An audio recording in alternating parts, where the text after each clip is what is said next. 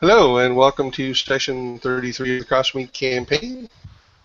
Previously in Kulthania, the heroes who are on a trek to Mystic's Blessing, where they hope to find the fabled city of Mythalamar, are crossing the colossal expanse, an Arctic wasteland. They spent the second day traveling across it, encountering ice mephits, an avalanche, which they dealt with well, a cave where some elk came alive, undead elk came alive, and they also found a partially collapsed blockage, which they made their way through, and they found the body of a dead white dragon. And there they were attacked by a white pudding, but they managed to acquire several magic items. So, as we start, it is the third of rotting. You are in a trench that's about 40 feet deep. At the back, at the end of this trench, was where the white dragon skeleton is. There is a rope hanging down. Balmera is up there. Your goats are back by the blockage, and beyond that is the undead guards. 2 zombie wolves and 1 skeleton elk, I believe. Yeah. I think the elk was guarding the entrance, and the wolves were guarding one of them guarding the holes. I think one of them came with us. Is that correct, Steve? That's I think one wolf came with us. One was guarding the hole that we made through the collapse, and then the elk yeah, guard. I think you're right, but I think that wolf was still up top. I don't think it climbed down into the trench. Yeah, one wolf is up top and one wolf is dead. No, actually, that's right. It's dead. It jumped down. That's right. Me, yeah. That's right. One is dead. 3 you jumped into the pudding. That's correct. So just the guard wolf. Okay. And the skeleton elk, because the wolf's a zombie and the skeleton. Okay, so it's about late afternoon after you've been investigating this cavern, and let's begin there. So it's cold, but there's no wind, and it's slightly warmer than outside. Anyways. So let's start with Balmera. So you've just defeated this white pudding, and the party at least has found a few items here and there. Tell us what you're doing, thinking. Balmera has, Jawdat had been gathering items, and Grimm was off doing gold collecting, or no, teeth collecting. Balmera was spending the time cleaning her fur coat from all the acid. So she had taken a little dragon bone bit and scraping it off, cursing that it had ruined the expensive coat. Annoyed that there wasn't a living dragon here, but still relieved that there wasn't a living dragon here. So it's a mixed thing for her. She's not looking forward to get out in the chilling environment again. All the snow and wind. All right, so Tolraun, you were kind of against coming down here in the first place, and you were briefly swallowed by a white pudding, which was not pleasant, and you're standing on the pitted ground where it once was. What are you doing here? No, I'm not standing where it was. I'm standing very far away from where it was. All right.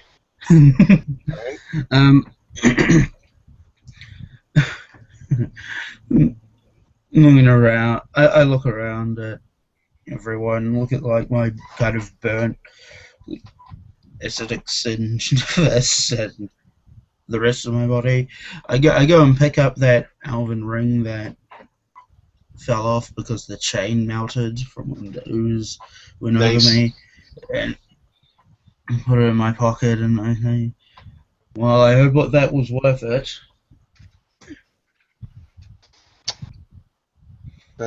Jawdat, you can probably see your breath down there. It's probably cold enough that you can see your breath. I don't know if you're lamenting the loss of one of your wolf zombies or not. No, but at least it's not snowing in here. That's true. So I have that going for me. I'll turn to Tolraun and I say, I think it was worth it. I mean, look, and I gesture to Jawdat with the items he's holding. Oh, good. Let's climb out just, then. I mean, just look at that. What are they? It appears to be a hat. Well, I don't know, but they're magic and they've got to be good. Yes, a hat and a broken sword.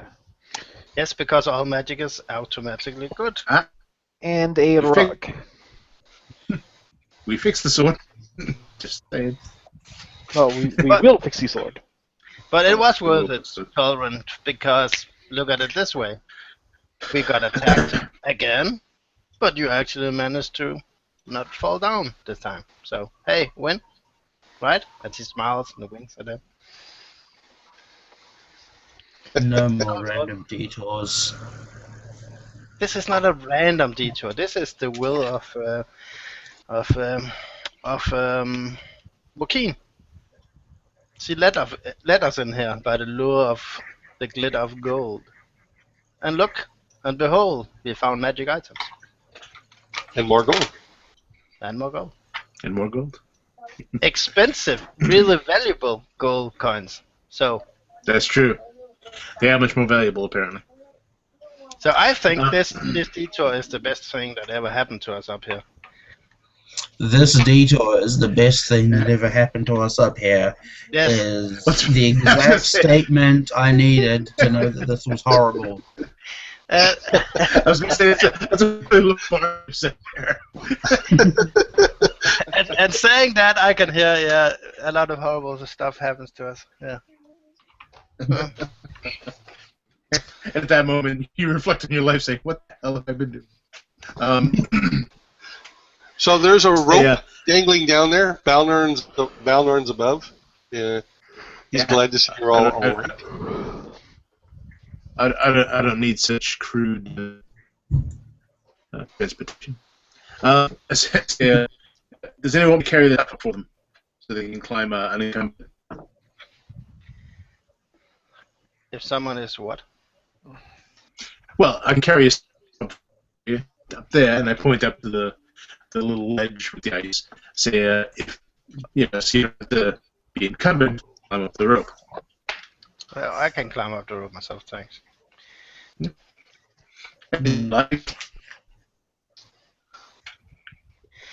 If you want to climb up the rope, you can go ahead. The climbing DC is 5. 5? Oh, man. Yeah. Make an athletics check. Wow. Wow. I'm going to make a volatile of power and use my dimension door to go up there, but don't even trust yourself for a DC of 5. Eh? No, I am. That's what I'm saying. I'm gonna roll. I'd rather climb than use a 4th level spell for that. Yeah. Whoa. Oh, look, I've got a natural 20. That's so lucky. I could have. So you climb up there without even using your legs, like you do it the show-off way, right? Just hands. Oh no, I rolled a 5. Did anyone fail, perchance? I rolled a 5. All right. Okay. So you guys all managed to regain the ledge. Thanks. There's a zombie wolf up there, but he does not try to lick you or greet you. Well, no, the zombie wolf is back at the entrance to this place, but he's keeping the. Oh, he's guarding the goats, right? Yeah, and the goats from wandering in here. Fair enough. So, but pull the rope up, gather a rope together. Yes, I take my rope back. Sure. Yeah. And it takes you about an hour to return to where the campfire was. It's out by now, just a few embers. But as I say, it's about 4 or 5 in the afternoon. That's still enough to get us going. So I Whoa, will. Not the what now? You want to try and leave? No. I think he wants the fire I get going. want to start the fire. Oh, I thought you said there was enough to get us Yeah, going. that's what I thought you meant No. too. Yeah, no. No, nice. So 3 hours sorry, I before spoke sunset, that, time to go. Sorry, I spoke that Nork. The only thing that's better. Get the fight. The only thing that's better than a trek in the wilderness, in the snowy wilderness, is a trek in the snowy wilderness in the dark. Yeah.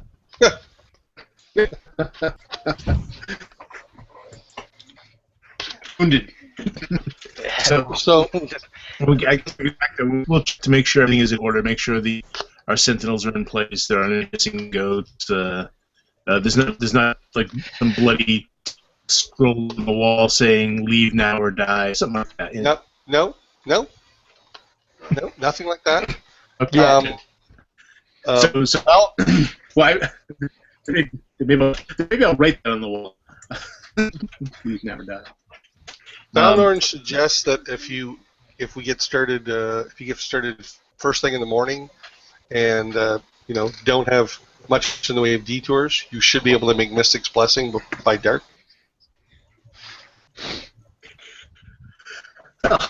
It sounds fun. And then you said it's late afternoon now, right? Yep.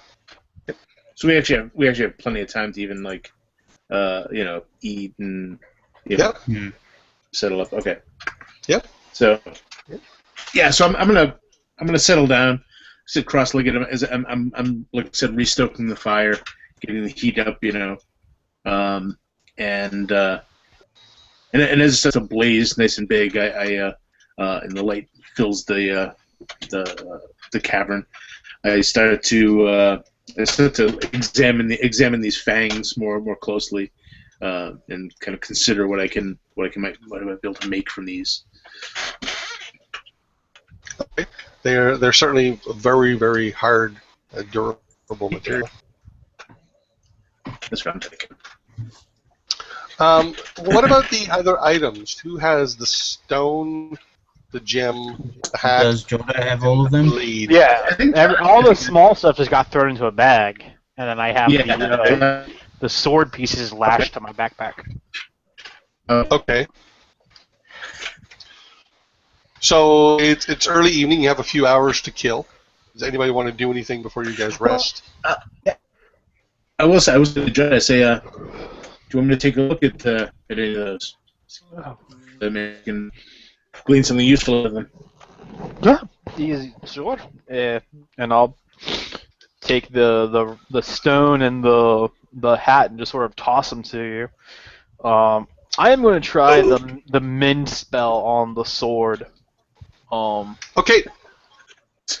You notice that the in the handle, the blade broke like right flush with the handle, very cleanly. When you do the mend spell, it seems to take a little longer than you would expect for the mending to take effect. Like, it works, but it works slowly. Okay. Not a lot of concentration. Yeah, you can see runes in the blade. They're very, very obvious. But there's also tiny runes in the hilt.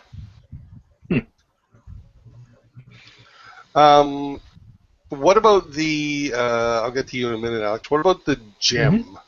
The dodecahedron-shaped gem. It's a red gem.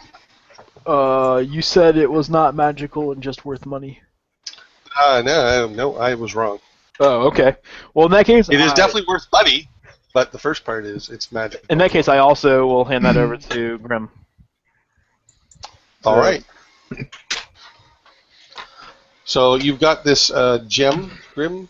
You've got a stone, which is made of like a light-colored, almost like a clay. It's malleable. Yeah. You said it was soft. Yeah, and you also have a hat, which is fur-lined. All right. I'll see if I'm in Gryffindor later. I'll put it aside for now, and I'm gonna look at that soft, weird clay rock thing. Okay. How big is it? Well, It's about maybe like if you made a circle with your finger and thumb. Oh, And so it's really about small. Okay. yeah, and it's about maybe a ½ inch to an inch thick.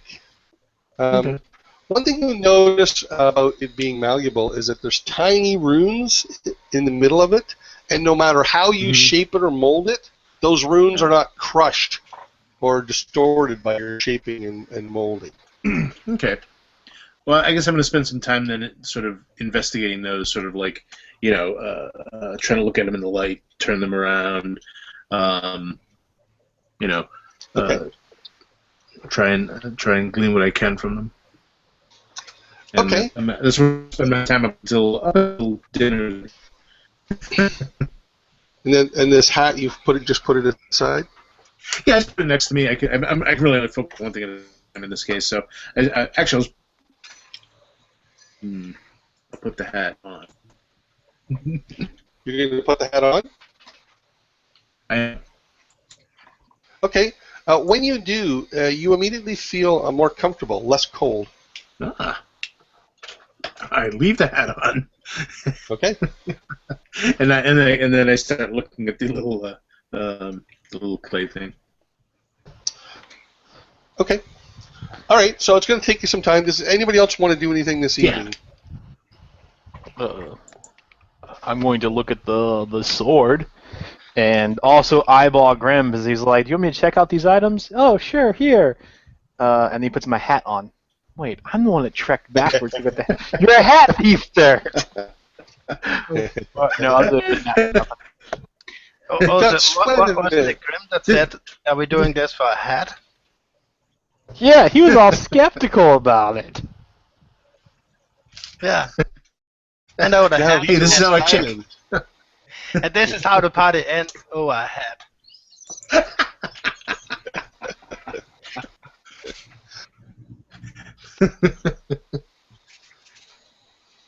Okay. Your mounts are fine. I guess one change you might have noticed upon your return is that there's more goat shit. That seems reasonable. Well, that's good. I actually burned some. Ugh. Okay, you stink up the immediate area. A non-magical stinking cloud fills the area. And we had such a nice atmosphere before. I know. I guess on the plus side, it'll cover up any farts. If anybody else wants to do anything tonight, say so. Otherwise, we'll move ahead to the next morning. Yeah, we can move ahead. I'm like I said, I'm gonna spend most of the time looking at. See, give me the clay, the hat, and what was the other thing? Oh, the big gem thing. It's not big. It's about. But it's about the size of a 12-sider and shape. All right. Well, I will take a quick look at that as well. Just see if there's any obvious writing on it. Inside, there's inside this thing. Well, as a wizard, of course, I know I need to sort of meditate on them more. But do the runes give me any hint at their purpose? For to kind of decipher it a bit.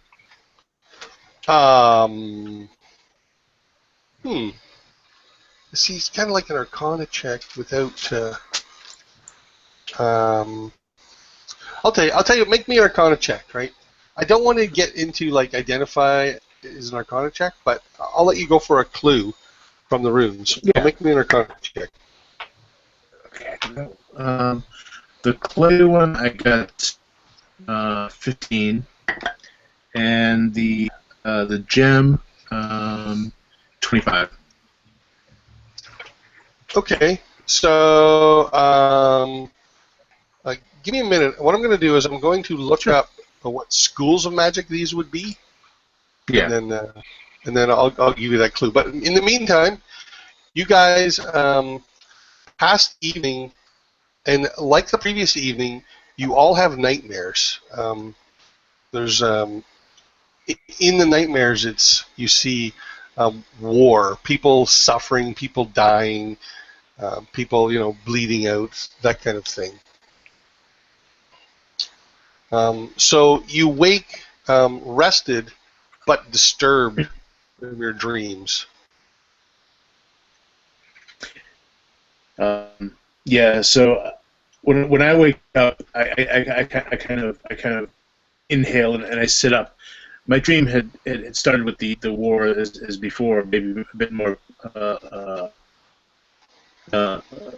maybe a bit more powerful. Maybe I could even smell things in it and see more colors. Everything is kind of black and white or gray except the splashes of blood and which were bright crimson. But as the crimson sort of splashed across my vision,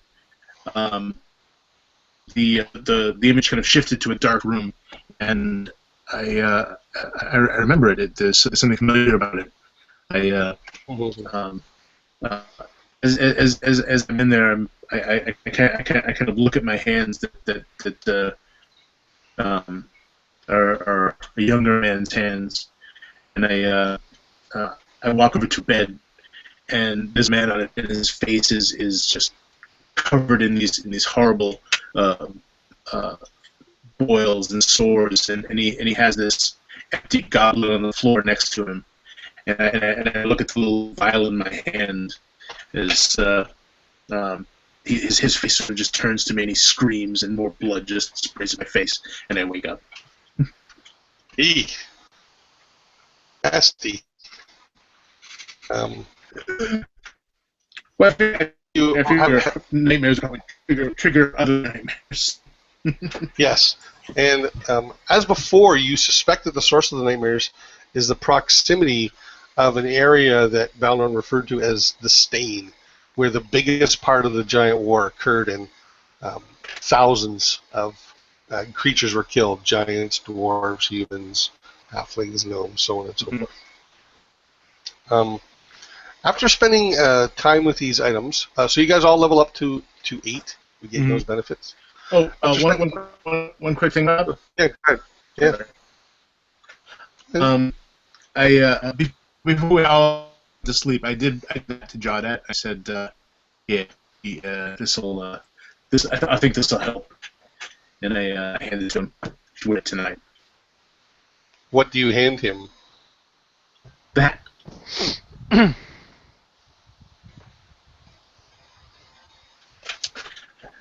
I say, I think it'll help keep you warm. Oh, the hat. Oh, okay. I got it. Yeah. The hat. Okay. Sorry. All right. Sorry. But the item that I was meditating on through the night basically was the red gem. So what I did is I was kind of looking at it until I got kind of got sleepy, and then as I fell asleep, I just kind of like clutched it and had it on my chest as I kind of like fell asleep with it. So as I wake up, my head is sweaty and I look and it's still in my palm. Okay. Jawdat, did you wear the hat? What? Did I wear the hat? Last night. Did you wear it? Oh yeah. If you gave it to me last night, then I would have put it on because it is. Even if it's just a regular hat, it's bitter cold up here. Yeah. Not a big fan. Okay. So I sent you a message there, Alex. So you would have noticed that when you put this hat on, you're much more comfortable. The cold doesn't seem to bother you. So let me just do this. So there's that. And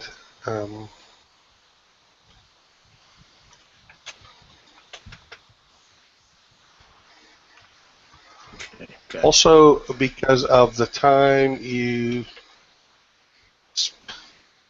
Really? From the desert? No. It's part of that terrible Disney Frozen song. Oh, sorry, I never saw it. You mean that awesome Disney Frozen song? Because of the time you spent with that blade, you know this about it, but you know that it has more properties than that. Okay? So,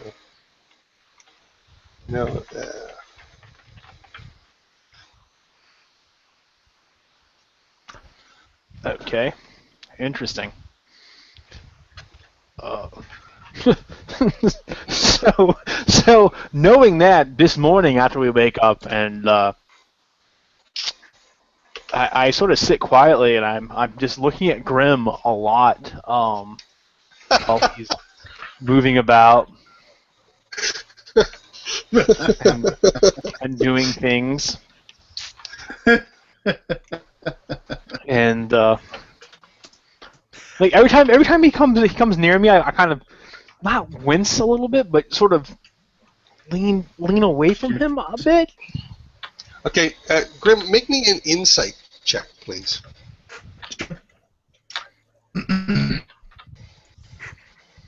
Let's see. 2, and that's with my +1. Never mind. People suck. I don't like people. Never mind.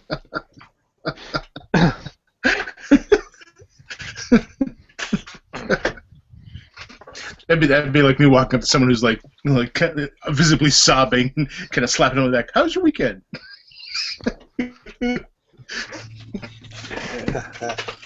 So you guys have breakfast. Balnorn suggests that you get going, and as he reiterates, from here we've got to get through the Steen, then through the Sidri Gap, and then it's straight across the frozen pass to Mystic's Blessing.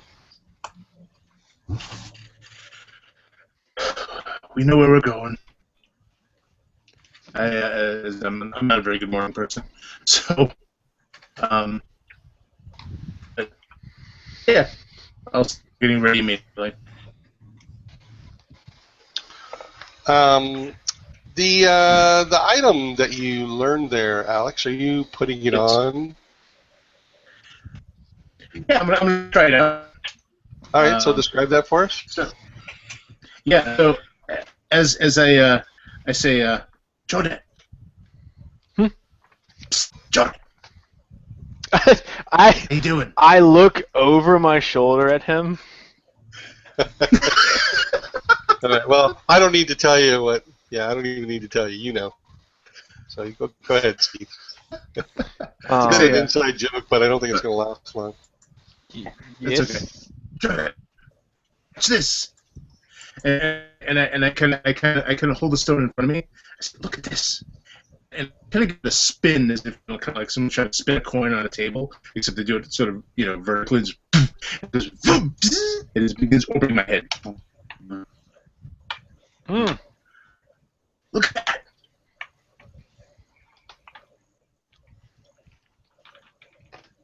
That is very nice.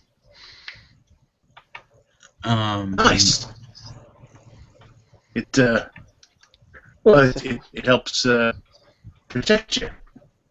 Yes, it's protect you from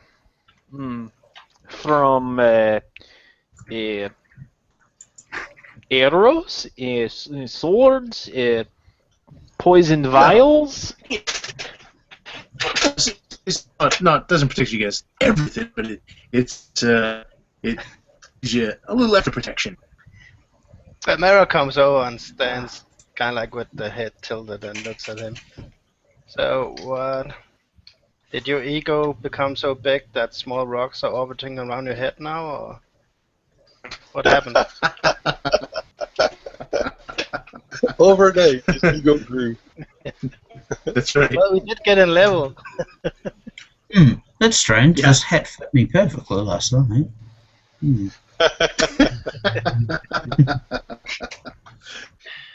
I say, no, it's around. It's got some interesting magical properties. Jawdat, do you mind if I use it for a while? No, please, yeah, no, this is fine. You can. How was the hat? It's very warm, thank you. Did you need it back? Here, you can have it. It's okay. No. Look, I understand you're from the desert. You're not used to this like we are in. Admittedly, I'm not saying I'm comfortable, but you go ahead. You found it. I mean, you should use it. So it's a magic rock, and what it does. Only my mother would have recognized that I sighed and took a brief counting of numbers before I turned to Balmera. Yes, Balmera, it's a magic rock.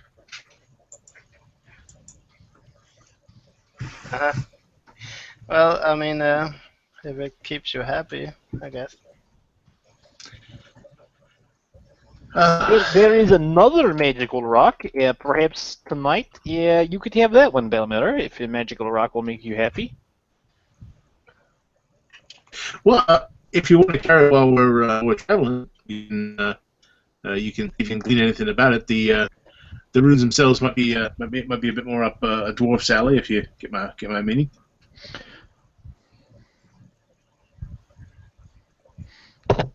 Maybe. May I see the rock?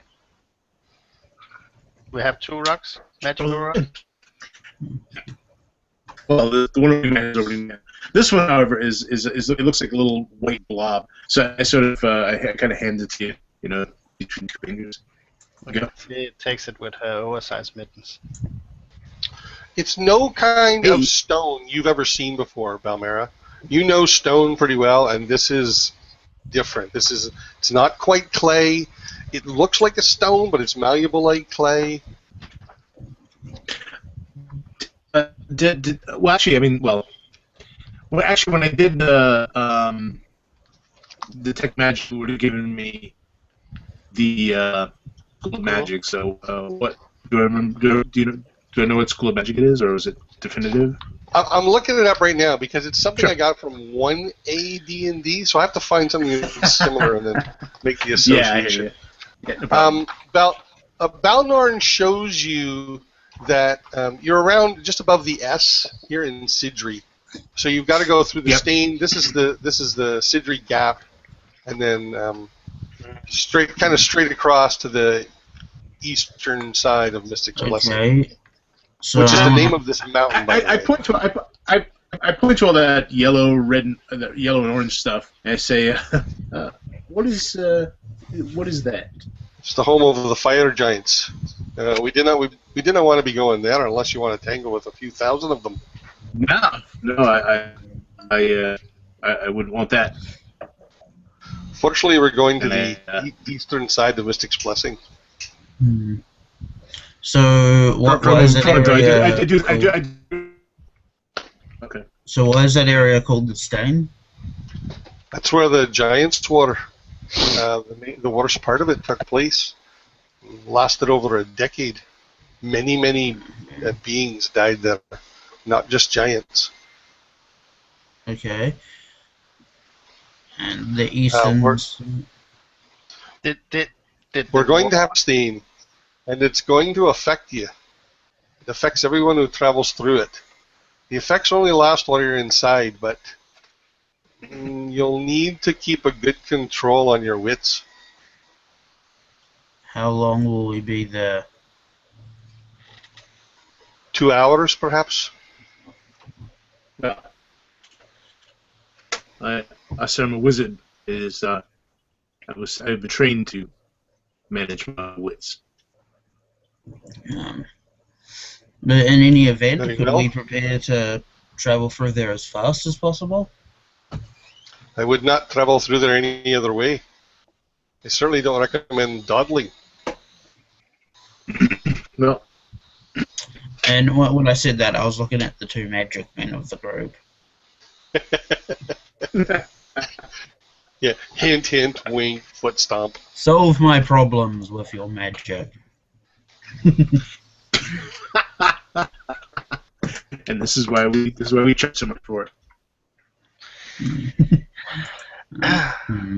Well, fast through the cursed area sounds like a good idea. Yeah, I agree. Let's. There's not a pass that we can go over instead of going through. Not unless you wish to climb over half a mountain. That actually doesn't sound so bad. Well, you think that we're gonna get halfway through the mountains when night falls, and Fine. We can't guarantee that we'll find a suitable shelter. If we make it to Mystic's Blessing, you'll have shelter there. Why? All right. What's there? He smiles at you and mounts up. Probably another dwarven ruin. Hey, imagine, Balmera says as she gets as he mounts up too. If I had my griffin now, we could just be flying over the mountains. Wouldn't that be wonderful? Yeah. That's right, so.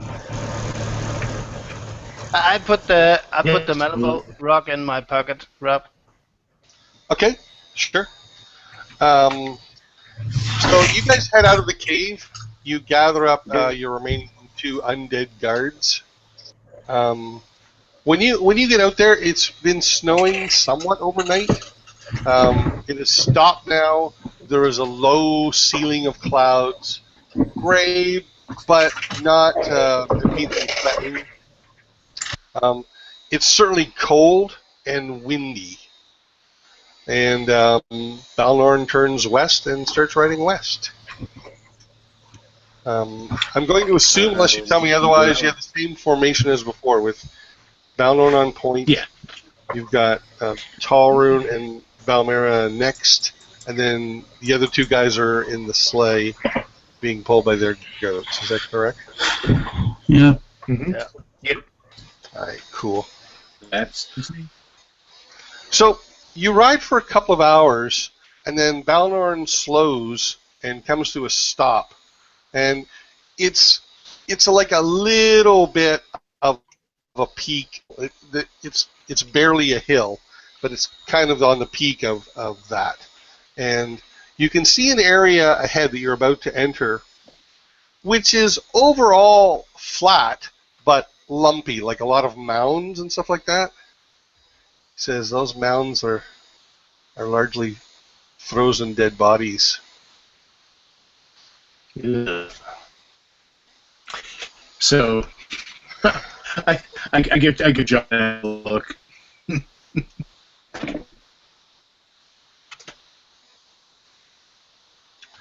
All right, so without another word, he kicks Miriam into her best speed, and he heads out across into the Stain. All right. Yeah, we'll move across then. Wasting no time. I do not think this is going to be a pleasant trip. Mm-hmm. All right. Okay. After about 10 minutes in the Stain, I'd like everybody to make me a wisdom check. The DC is 10. Check or save? Saving throw, sorry. Yep. Okay. So, those of you who succeeded, you're getting a little bit of flashbacks of the nightmare you had last night, even if you don't quite remember it. You're starting to remember bits of it. Mm-hmm. Okay. You travel for about another 10 minutes, and I want everyone to make me a wisdom check again. This time the DC is 15.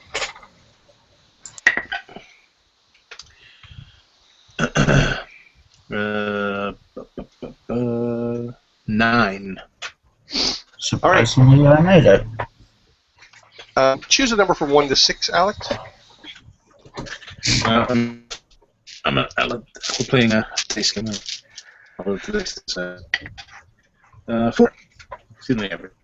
4, you say. Okay, I do. gotcha. All right. Everybody else made the their save then, I take it? No. All right. Oh, No. 1? Oh, 1? So I pick 6. You pick 6. Okay, Dennis. I'm going to send you a message. You guys start seeing infrequent hallucinations. The hallucinations you're seeing are of someone dying or being severely wounded. And I'll let you guys tell me what the details of that. Always someone being seriously hurt or fatally injured. Okay. This comes and goes. It comes and goes, comes and goes. That's on top of the other thing I sent you.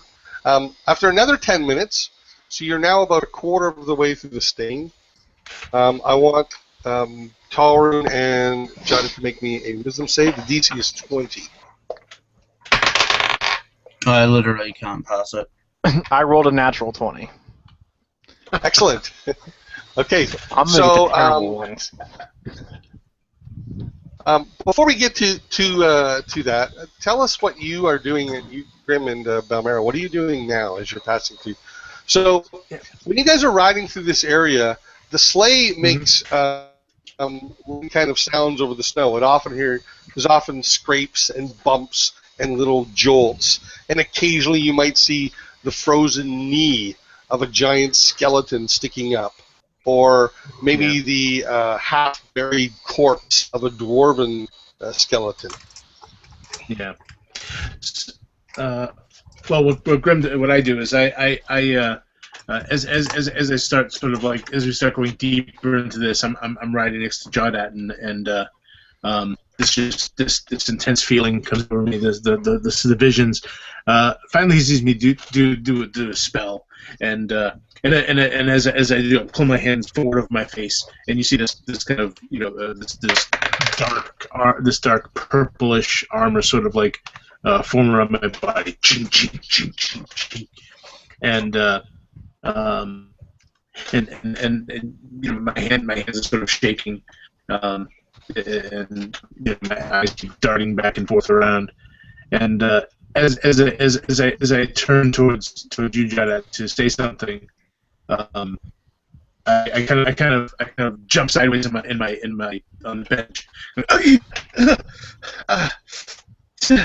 And you see him kind of pointing towards you, but kind of shaking my face as well.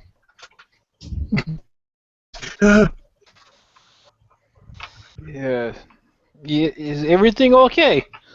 No, it's not. Just. How are you feeling? What? How are you feeling? Yeah, I'm fine. Is not a pleasant sensation being here, but I'm okay.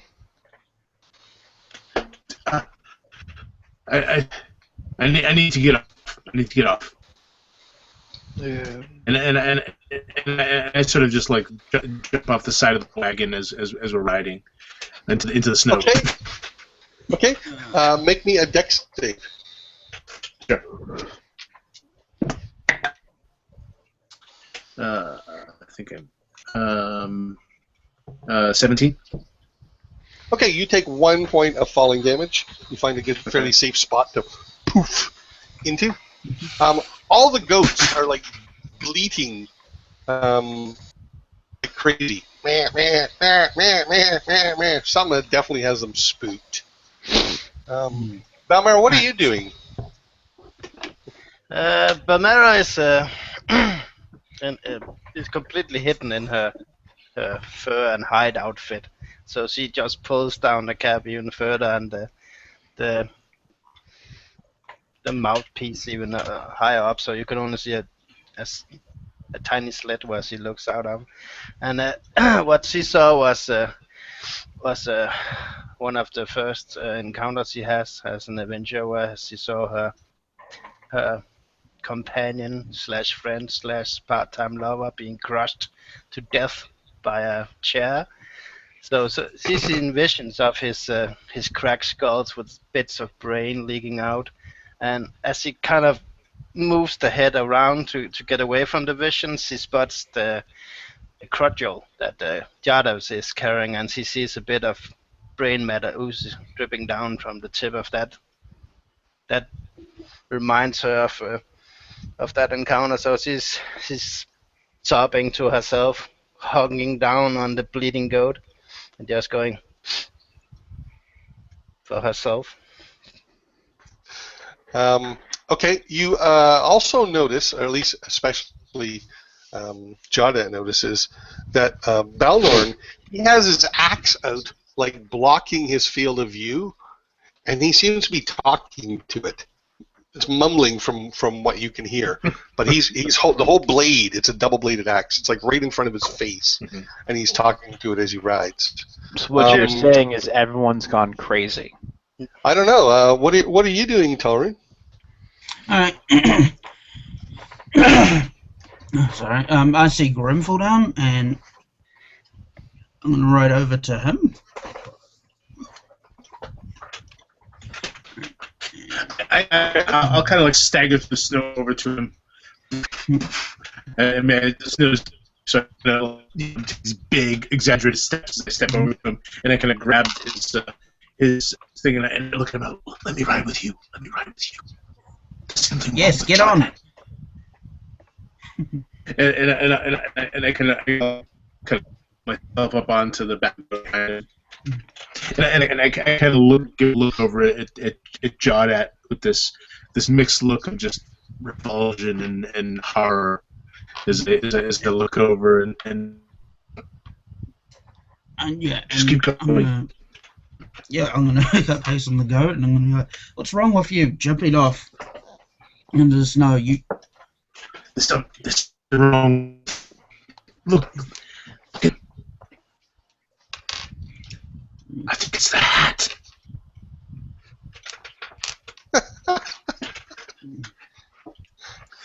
I think the hat's changed again. I look at Jawdat because that's actually plausible. Random hat we find. A random magic hat we found. Well, remember that Jawdat was also possessed by that evil spirit in the previous adventure we had. So, yeah, he does have a pendant for being possessed. Okay. Look, whatever it is, put it aside, or else you'll slow us all down. You know Have you seen the other things? No, but Baron said this place tends to affect people. It could happen to us at any minute.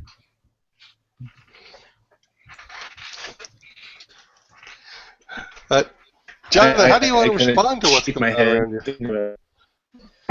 you? Well, I am a little confused, but perhaps he was getting carted sick.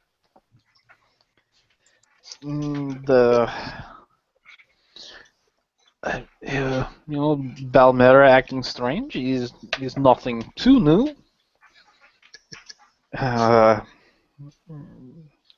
The goats is okay. It's like being near predator. I have dealt with this before. The grumpy dwarf talking to his ex. That is a bit crazy. I would like everyone to make, please. What did he say? Animal handling check from everyone. The DC is 10. Well, I'm riding behind someone. All right, fair enough. My animal loves me. You can still make an animal handling check for the one that's pulling the other sleigh. Or Jawdat can, because there's two in the sleigh. I'll let John make those because he's not even on that vehicle anymore. So. Right, an 18 and a 15. So. Excellent. Okay, so the goats continue bleeding as if they're like in fear or freaked out. Jawdat, make me a wisdom save, please. The DC's 25. I said, Tolraun, get close to the car. Get close to Jawdat. 25. I don't think I can. No. I don't think I can hit 25. All right. 18 and 4 and 3.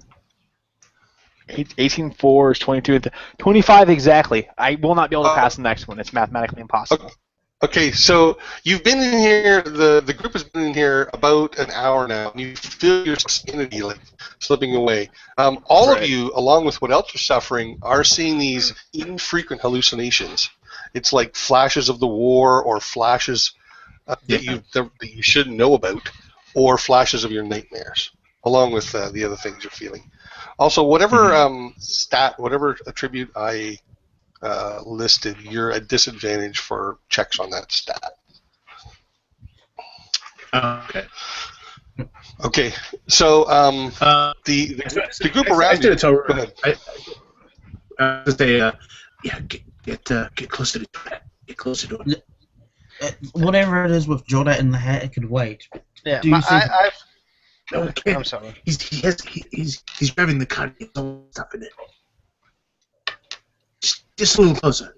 It's gonna be fine. No, we need to get out of this area. Do you see that? And I point at random locations in the area. Which I assume I'm pointing to the one location, to the specific locations where you're not having hallucinations.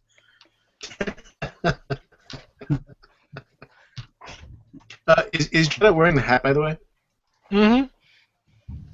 Okay. Balmera, your goat makes a sharp and sudden turn. Yeah, you can pick a direction. Okay. Left. Okay, so you see Balmera's goat kind of turn and start leaving the pack, as it were, Jawdat. Balmera seems to be blind to this fact, staring into his axe and mumbling at it. Yeah, go Balmera is just hunkering even more down because now she's starting to see drowned mermaids everywhere, encased in the ice. So she's not feeling that well. Are you still crying? Yeah, she's still crying. Okay. So probably ice forming on the mask. Nice. Tolraun, are you moving near the sleigh? Or? No, not yet. Anyway. How close are we to this place, by the way? I don't know. You tell me. Feet. That was the standard. Yeah, that sounds about right. Yeah. How far away? 15 feet. Oh, 15. Oh, okay. Look, what? We need to get out of here, but why don't you just keep an eye on Jawdat? I say, shh, just follow my lead. And I reach out my hand towards Jawdat. But what are you doing? You're doing something back there. I use mage to pluck it off his head and bring it to me. It's like a parrot. Be still on the back seat. What are you doing? Put it down.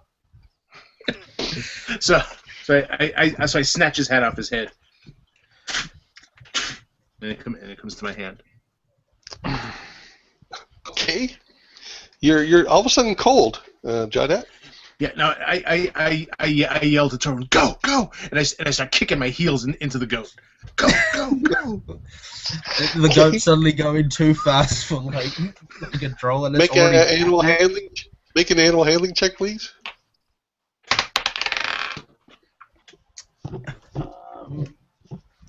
Oh no, animal handling is disadvantage. Oh, exact same number. That's kind of lame. Yeah, 14. All right, so it tries to buck you. Both of you are going to have to make a strength check, DC 10 to hang on.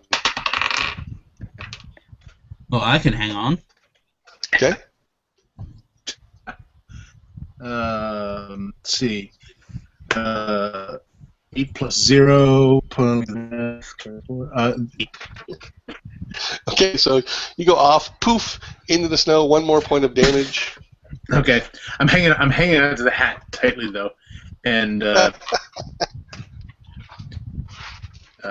maybe even now as I kind of sit up in the snow, like I'm into my waist in the snow, and I'm holding this hat up above the snow to keep it out of there, and my other hand begins to light up with fire. Okay, so Balnarn is continuing on staring at an axe. Balmera has taken a left turn and is now probably a couple hundred feet from the group. Tolraun, you've just lost your fellow rider there into the snow. And Jawdat, what are you doing? Well, so as the cold air hits me and starts affecting me again, since the hat was once again purloined by the hat thief. Just gonna point that out. No, you gave it to me voluntarily the first time. I'll have you know, sir. Yeah, he puts it on immediately. He probably just wanted to steal it back. But my initial reaction to the change in temperature is to turn loose of the reins to the goats and to try and dry myself off because I've just been doused in this water from that caravan so long ago. And although it should be refreshing in the desert heat, something has made it very terrible.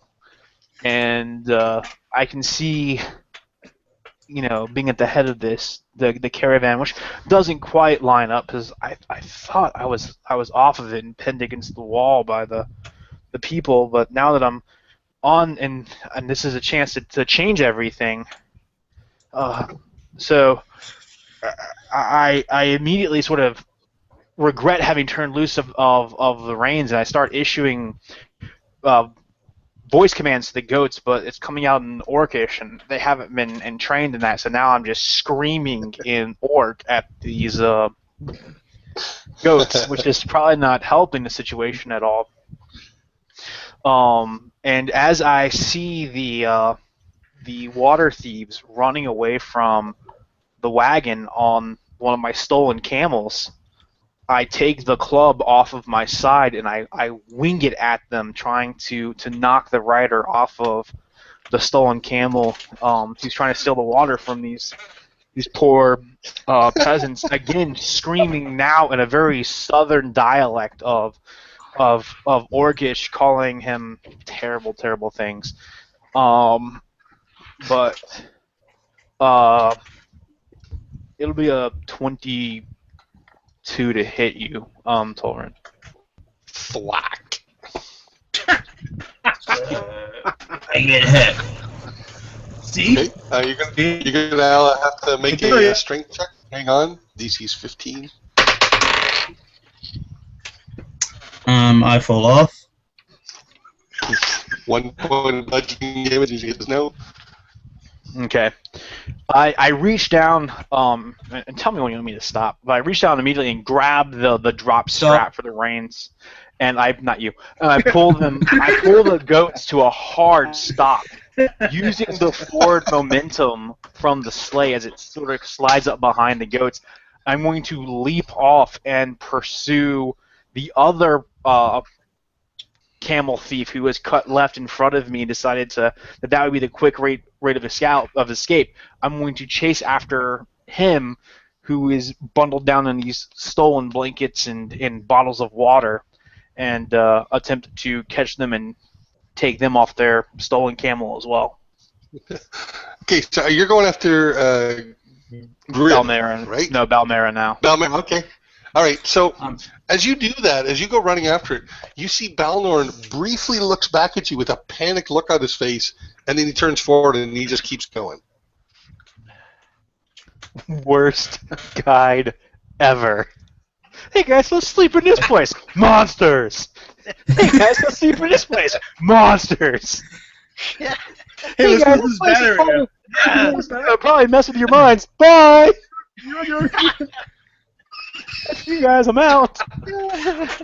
You guys, I'm going to. Well, now I know why Balmera hates dwarves, and so do I. So the sled keeps going, like it's bouncing really roughly, sliding around. Balmera, you see, Jawdat come running after you. Yeah, yelling in Orcish at you. Occasional words in common, but they're so heavily accented even further than his normal. And if you do not react and stop, after about the first 5 footsteps, you're going to see that sort of golden sand glow start emanating from my hands. All she sees and hears, notices, is that he's filling the dreaded club of mage slaying, and all she can see while he's whirling it around is little pieces of blood and brain matter flailing around. So she just immediately pales and freezes and tries to remember how to cast a spell, and her mitten starts to like what do you call it? Smoke will arise from them? Smoke? Yeah, Smoke, immolate? yeah. And she's so much in panic she cannot remember the power words, so she's all he has is the smoldering mitten. Okay. Your goat is kind of bucking and bleating beneath you. Tolraun, what are you doing? I'm running to Grimm and saying, "You were right. You were right." And The universe you're holding up the hat, right, Grimm? Yeah. Alright, I'm running towards you, and your working theory on the hat is all I've got to go for, and I have to destroy the source of Jawdat's insanity. Maybe a bit strong. Go on. So, yeah,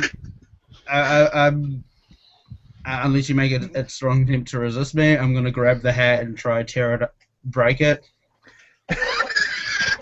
I'll let you do that. Alright.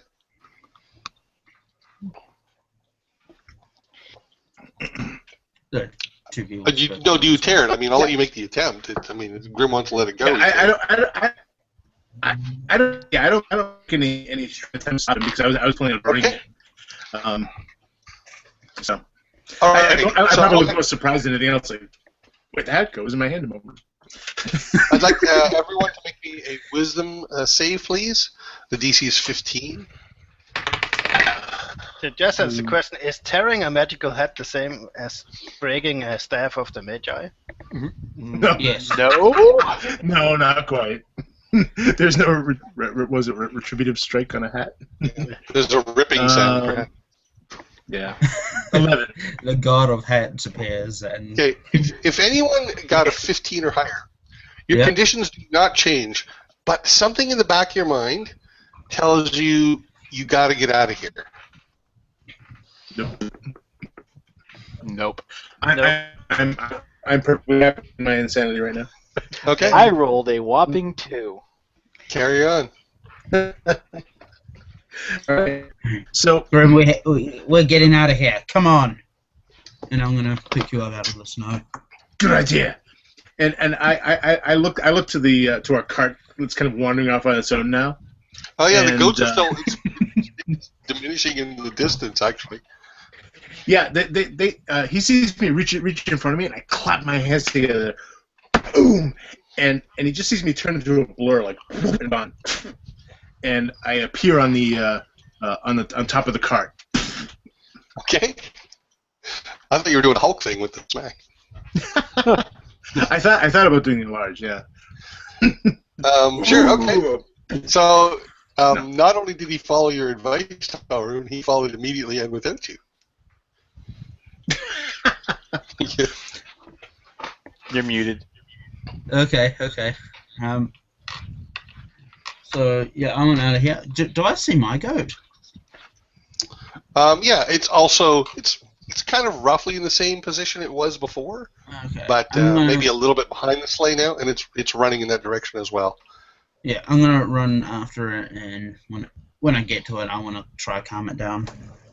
I know you're fast. Can you catch it? What's the speed of a goat? I don't remember. I'll check what stats were posted into the thing. This is like a chase scene. We can do a chase sequence here. The speed of a goat is 40 feet. Yep. Is it an unladen an African goat or? European. That's an inch. So I naturally move 5 feet faster than it then. Okay, so you're gonna run for a while, Yeah. but eventually you'll catch it. Yeah. Now, Balmera and Jawdat, what dance are you two doing at the moment? Well, you stopped, right? Yeah. All right. So I am I'm screaming in the southern dialect of Orcish to dismount and surrender over and over and over. So like I point at you, I point at the ground. I Hands don't think behind your Balmera head. speaks orc. No, it doesn't. She speak dwarf, Nomis. Well, at the very least, you recognize orc. Probably. So you're looking at Jawdat, and clearly his Klingon side has come out. So. Yeah. Again, all she can focus is that club. So she's like flipping off her mittens, and she's. No, I won't. Okay, Stay so away. as the mittens come off, I see these sort of curled, long fingers of that Oasis hag, who had cursed me with the death of her son. Nice. And you know, I know that the rapier on Balmera, in my mind, has shifted over to being that curved dagger that she threatened me with, but I also know she's capable of magic. The Oasis hag was. So as I see the smoldering glove hit the ground, I can see the residual energy from the magic. Yeah, I huck the club at her in her face. I just. Hey. Club hucking. There's going to be some lasting scars from this one. That'll leave a mark.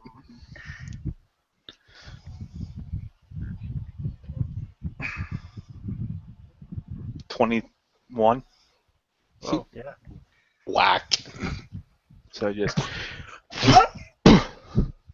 I mean, it doesn't do much damage, so you don't have to worry about that part of it. Not physically. Right. I mean, it's a whopping 4 points of damage. Okay. So you guys can make me a wisdom save again. If DC is 15, if you succeed, and your condition is going to persist, but there's going to be something nagging you in the back of your head to get out of here. Okay, I got exactly 15 this time. Okay, so we'll see what Balmera responds, and then we'll get to you, Grimm. So what are you doing, Balmera? Balmera gets a whack in the head. There's nothing new there. She's used to that. What really Just concerned when her. you're growing up. What really concerned her is the warm feeling of something sliding down her face. And in her mind, that is brain matter. So she's really panicked now. Because in her mind, that is the mage slayer. And she has, in her mind, she is a mage. So she's gonna... No, you won't get me! And I will use Misty Step away from him, so I'll disappear in a puff of Grimm smoke. And then 30 feet away, she'll just take off running, screaming, "No!" Okay, Grimm. I believe you had the hat ripped out of your hands, and now you're on the sleigh now. Right? Yeah. Yeah. So you can see Tolraun seems to be chasing you. Yeah. His goat's chasing the sleigh, and he's chasing the goat. My first thought with that is good. He's following, and so what I do is I just grab the reins, and I start driving these goats in the wagon, in the sleigh. All right, as fast as I can. Make me an animal handling check. Not great. 13. Okay, so the good news is the goats go the direction you want them to go, but they go at a breakneck pace, possibly a pace that's both risky and potentially hazardous to them. The sleigh is like... Well, I was going to say probably going to be hazardous to the guy in front of us, too. Balnar is like almost out of sight ahead of you. Alright, I'm heading towards him, basically. And stay out. Okay, Jawdat, so you've just seen Balmera reappear 30 feet away or so. This is my third fail in a row, by the way. Okay, well, all right. So as far as I'm concerned, there is no snow. I'm not cold at all at the moment. In fact, I start peeling off these layers of sopping wet robes that are restricting my movement. And I run slightly up this very sandy dune, losing my footing once in a while as the sort of warm wind and golden grains roll down. And I make it to one of the spare donkeys that go alongside the caravan. And I immediately throw whatever's on its back off of it, and I climb on to the back of it. In reality, what I'm doing is going onto the back of one of the bone skeletal deer. And I am now riding this donkey after the fleeing Oasis hag as rapidly as I can. Swearing at her and just these images again and again, they're incongruous because I remember this very differently than how it's happening, and so they're not lining up, and that in itself is maddening because I remember accidentally killing her son. I remember her cursing me, and I don't remember her trying to run away or threatening me with magic, and maybe this is a second chance at it, but I don't know. And so as we're riding, and I would imagine that the goat will outpace this bone deer on the snow. So as she continues to gain, I lose my temper. I'm going to sort of sling off the side of this bone deer and rake my hand through the sand. And as I do, there's this huge trough that gets cut as this wave just rips through the sand, chasing her. So Nice. yeah. So you're being pursued, Balmera. And I think you're going to have to make a dexterity save.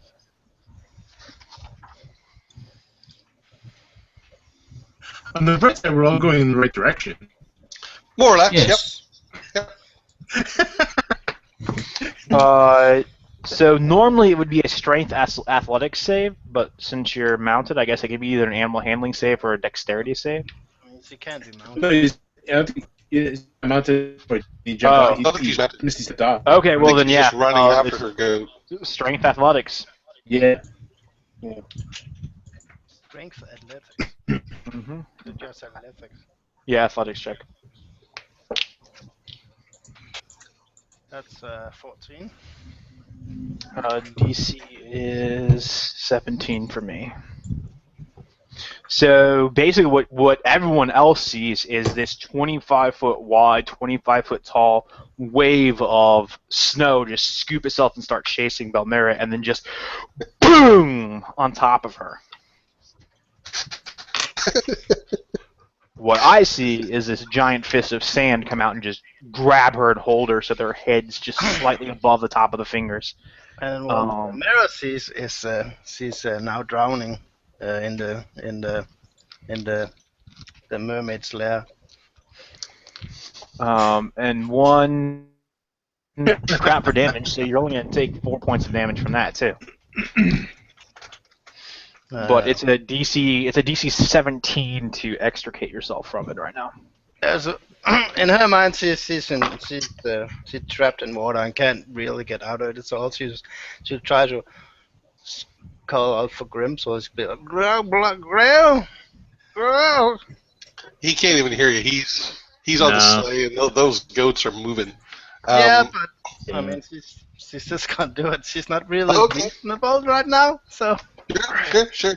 And I'm going to ride my donkey up onto the back of this fist. So if you're seeing it in real time, it's this stone stag come up on top, or this bone stag come up on the top of this mound of snow. And I dismount. I'm bare-chested and probably turning different shades of blue at this point. Mm-hmm. And shivering. It'd probably be purple or something like that. Yeah, blue and green. Yeah. Yeah. But weird bruising color. Okay, so I'm sorry. Oh no, I was going to say because she's trapped in my mind in this fist of sand, and I look down, I grab her by her rags, this Oasis hag, and I wrench her up till she's face level with me, and I mean my lips pull back further than they ever have, and there's these orcish tusks that are there, and spittle that comes flying out of my mouth. I didn't mean to kill him, and I throw her. All right, you're prone again. I'm trapped, right? No, I just pulled you out because I ended the spell when I grabbed you. Oh, okay. Because I couldn't pull you out of my own spell. And then kind of threw you into some other snow. You're not trying And then apparently he claimed he didn't murder Silas.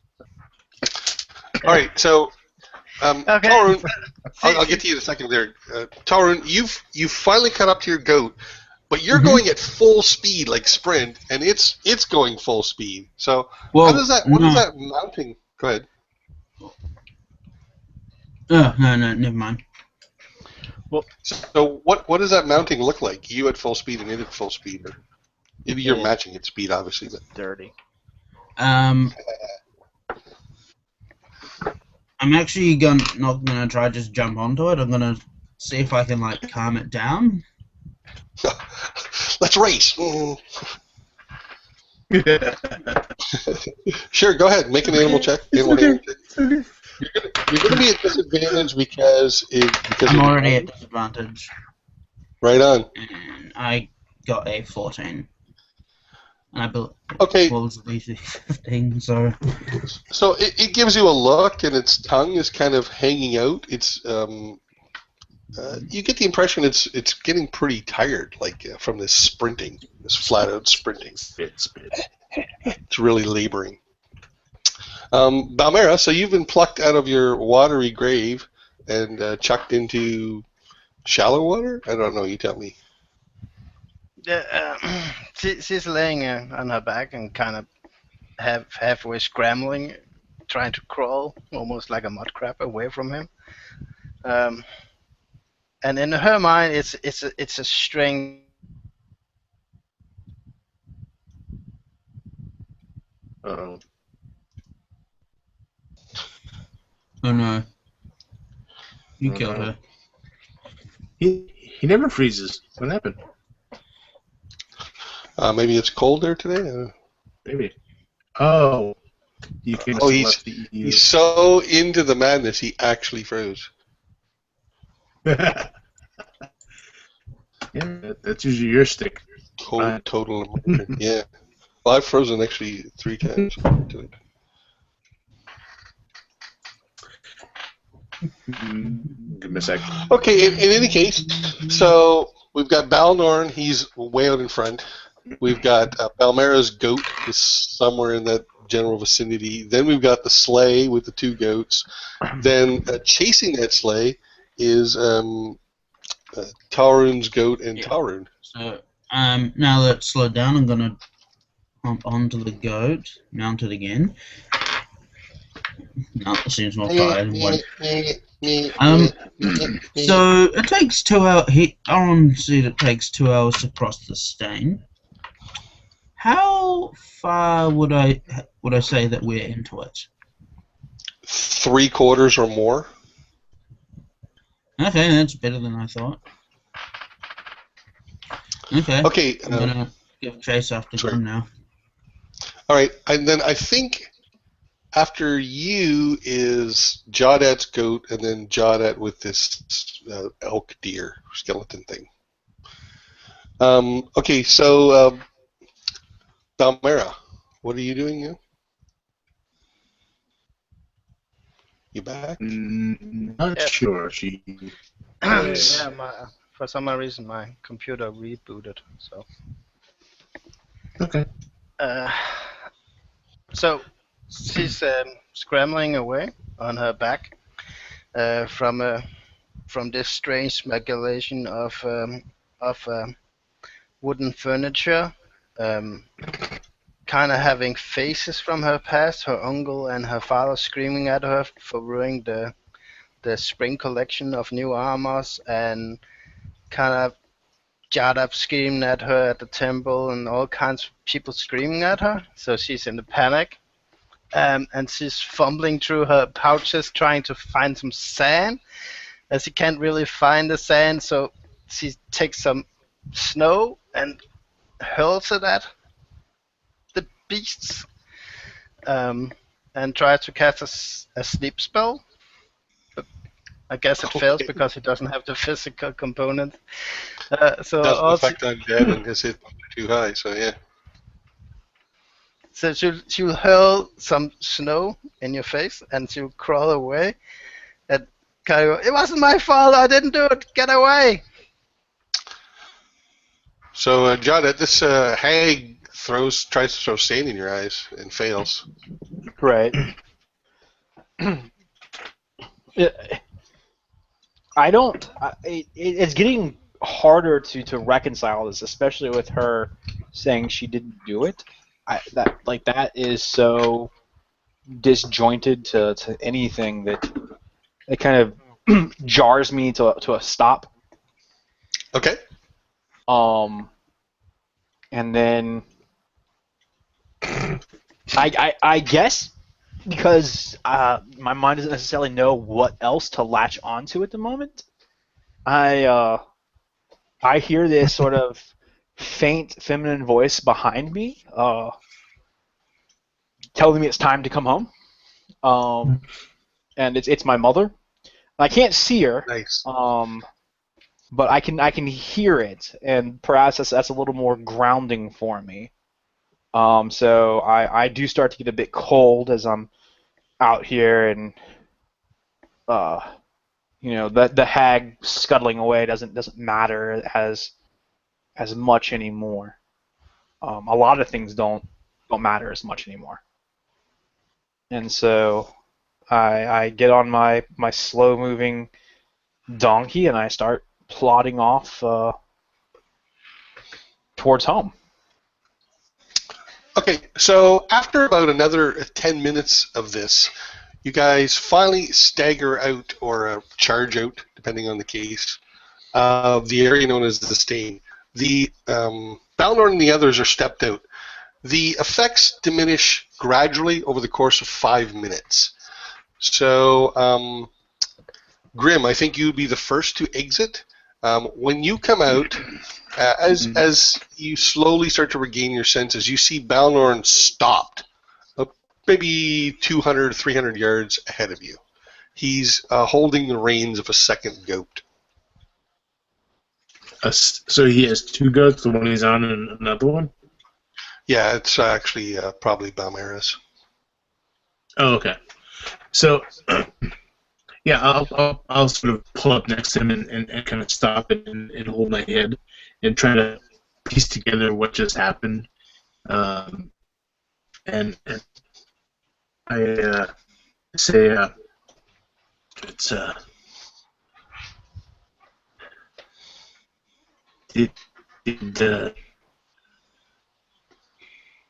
and then I kind of look back guiltily over my shoulder and see who's behind us.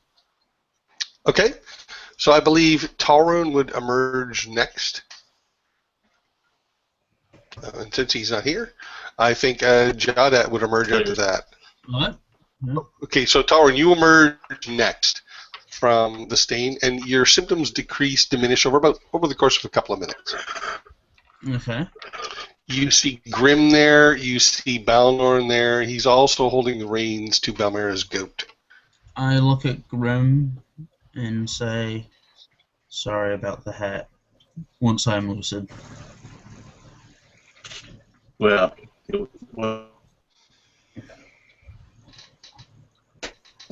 not really. Just Jawdat's hat. Speaking of which... So I believe Jawdat would be the next to emerge because Balmera was on foot. Right.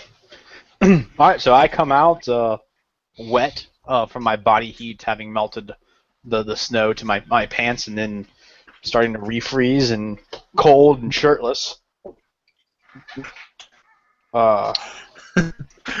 Looking like Vlad Putin on a undead stick. Yeah, minus the fur hat because someone stole it. Right.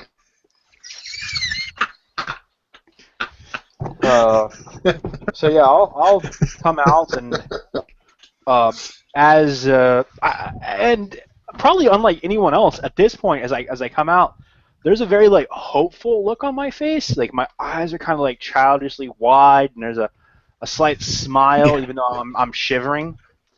And over the course of those minutes exiting, that really fades as the bleakness sort of sets back in, and I don't even get off of the bone deer. It just sort of collapses as the bones fall apart, and I sort of collapse to my knees, sobbing for several minutes. Nice. You are freezing, of course. Perhaps looking around for that hat. Eventually, Balmera staggers out of the stain. Balmera? Yeah, is coming out almost like in a stupor. That's whatever she's seeing, she's not seeing you guys, at least for the first couple of minutes. You can see her scarf covering her face before. She has pulled it down, and her face is streaked with tears, who are now frozen to her face. Her fur coat is I guess wet and frozen for all the tumbling in the snow. She's mumbling something in Dwarven, something with furniture and guilt, and she's simply just walking towards the center of the group, and when she comes to the sled, she just hunkers down next to it. Your hands are also cold as your gloves seem to be missing. Yeah, her expensive custom-made mitten.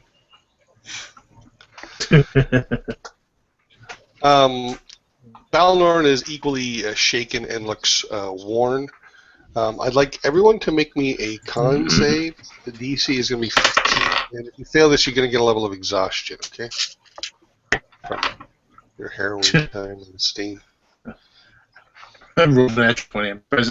I'm surprisingly spry for a wizard. I suppose you're mentally stable. I get, well. Pretty spry for this guy.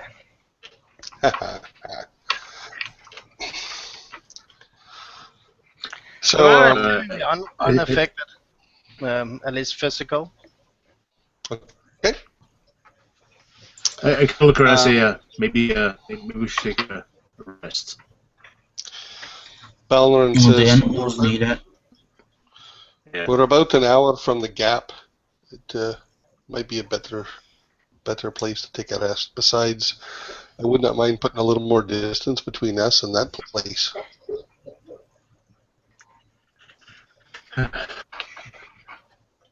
I will once I somewhat compose myself, I will take out my traveling backpack, and I'll take my my winter blanket, and I'll go and put it around Jawdat as he's sitting in the snow.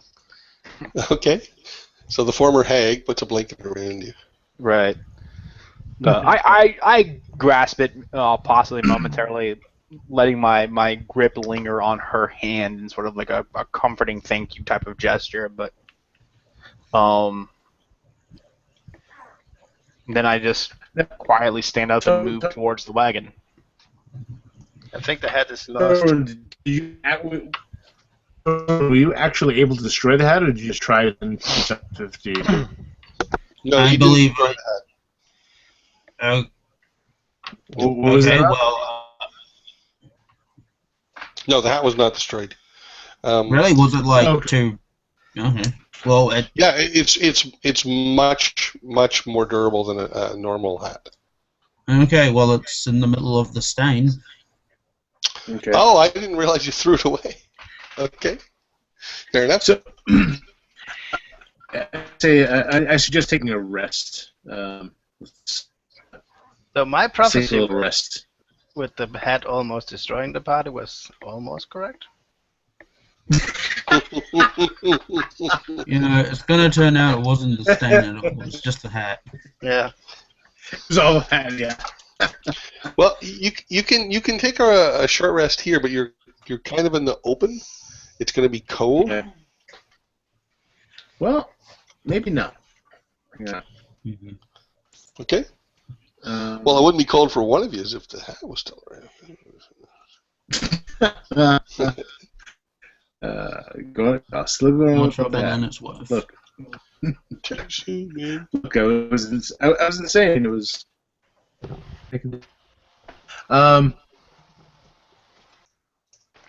So, what I do is I should probably save this. Actually, it's a ritual. So I take out my book and I begin sort of murmuring in it, and as I do, this dome sort of appears above us. You can see the slight distortion in the light coming through it as it sort of forms around us, and it's a 10-foot radius, about 20 feet in diameter, and it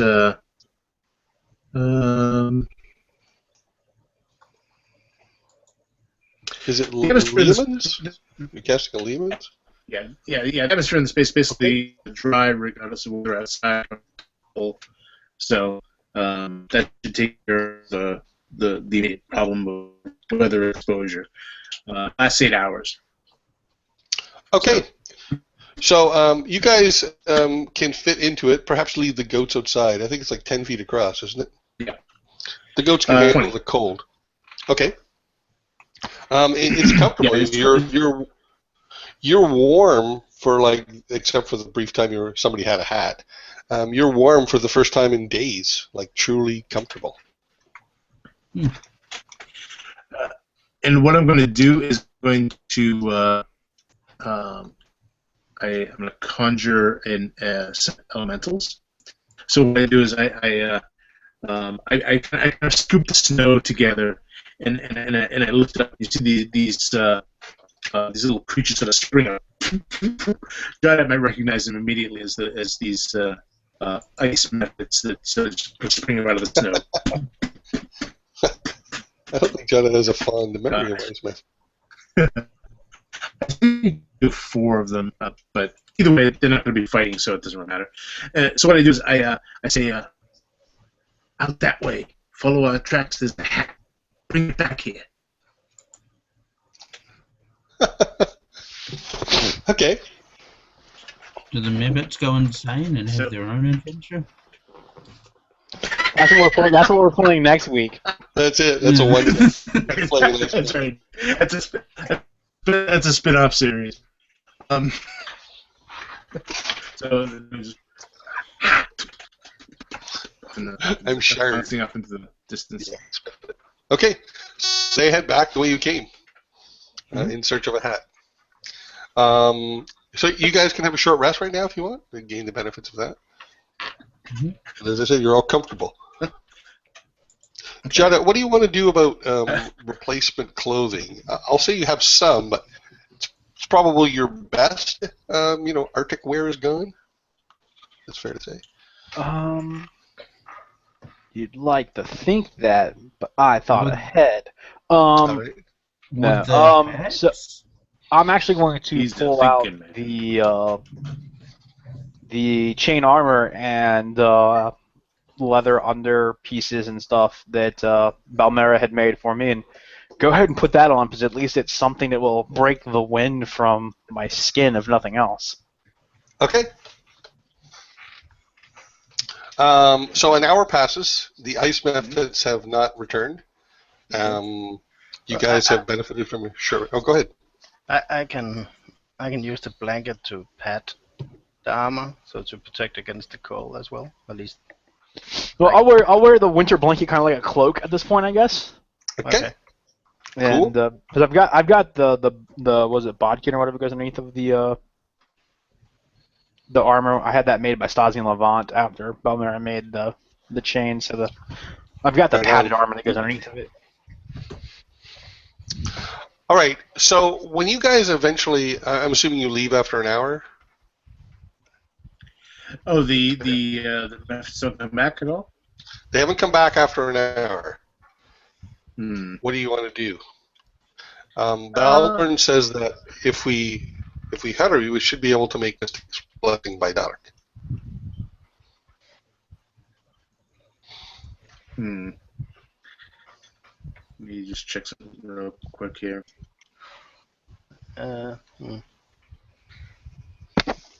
I believe it's verbal instructions. Conjure elemental.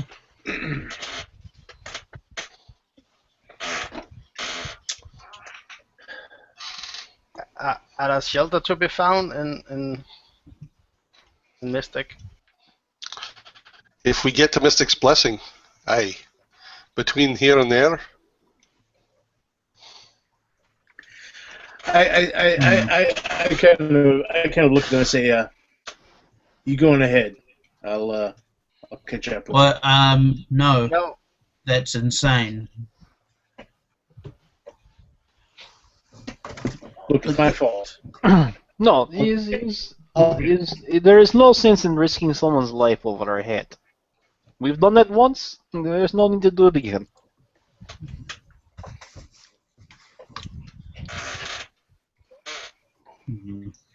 Indeed. If your ice people find the hat, will they be able to find you if you move? No, they're probably not still around. They don't hang around forever.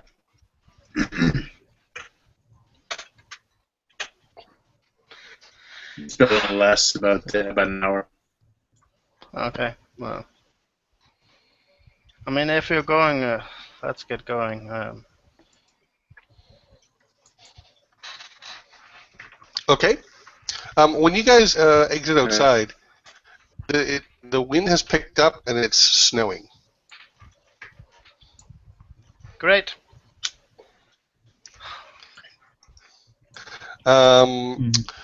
You turn north and you pass through the Sidri Gap. And then Balnorn turns slightly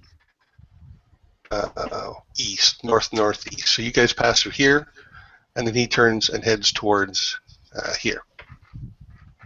You travel for about another hour or two, and then by this time the wind has turned into a blizzard. It is flat out. The snow is going practically sideways. Visibility is reduced to 5 feet. I would like everyone to make me a Constitution save. Those who have proper gear on can make it with advantage. DC is 10.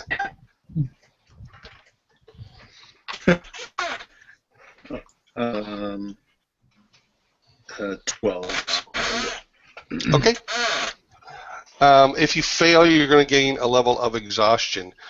As the visibility is reduced, Balmera, Tolraun, you cannot see your companions anymore at a distance of 15 feet. The sleigh is invisible in the snow. Okay. As it starts to pick up, Yeah, we would move closer closer. to it, so I can Okay. stay within it. So you want to ride like all huddled together? Yes. Yeah. Yeah. All right. You can do that. As you travel, the wind picks up so loud that more than 5 feet, if you're not next to a person, they won't be able to hear you. Okay. You guys continue on through this blizzard. And Go ahead. if the wind gets to that point, yeah, I'll make sure I'm right next to the sleigh, and I'll make sure that I'm constantly talking and trying to get responses from the others. Well, you can see who's adjacent to you, which I think would be only Grimm. Yeah, and I'm basically making sure that we all... So, like, if someone did get, say, left behind, we would all notice, definitely. Well, as I said, you can only see 5 feet. So if you want to take some precautions, tell me now. Yeah, but if he speaks to Grimm and Grimm speaks to Jawdat... Yeah, that's what I mean. It's like a chain. Yeah. Okay. Yeah. Do you want to shorten up the range on the goats? As it is, you can't see them. You just see the reins going off into the snow.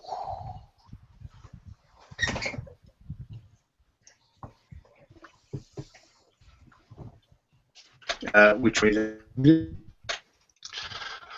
What I'm saying is the reins you have are about 15 feet long, or maybe 10 feet long. But you can shorten them up. You can choke them up so you can keep your goats in view. As it is right now, you can just see the reins going off, and then there's just snow. You can't even see the goats they're attached to. But the goats are pulling the sled, right? That's correct. So they're at a fixed point anyway, right? Yeah. Well, you can sort of approximate where they are. Absolutely. I'm just telling you can't see them.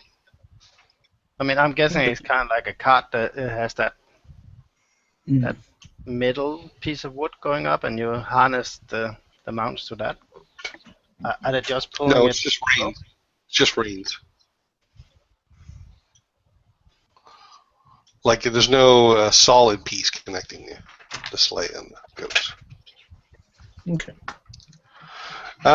So you guys proceed on, and the wind picks up to the point where you have to lean into it, and your movement, your speed rather, is diminished. I want everyone to make me a deck save. If you are riding, your goat will make the save instead, but goats get advantage on deck saves. They're very sure-footed. So we don't have to make it over in the sleigh? Your goats should have to make one. Right. The DC is 15, but they get advantage on it. They're very sure-footed. I'll roll my goat then. Okay. 18 goat. Yeah, my goat actually also got 18. Okay. So they stumble a little bit, leaning into this wind. It's becoming a struggle for them all. You guys are all kind of covered in a light coating of snow, and it's getting even colder. I want everyone to make me a con save again. Advantage, disadvantage, or? If you're wearing proper clothing, you get advantage. Yeah. Oh, yeah. Oh, sorry. Good. Okay. Good. I made it then.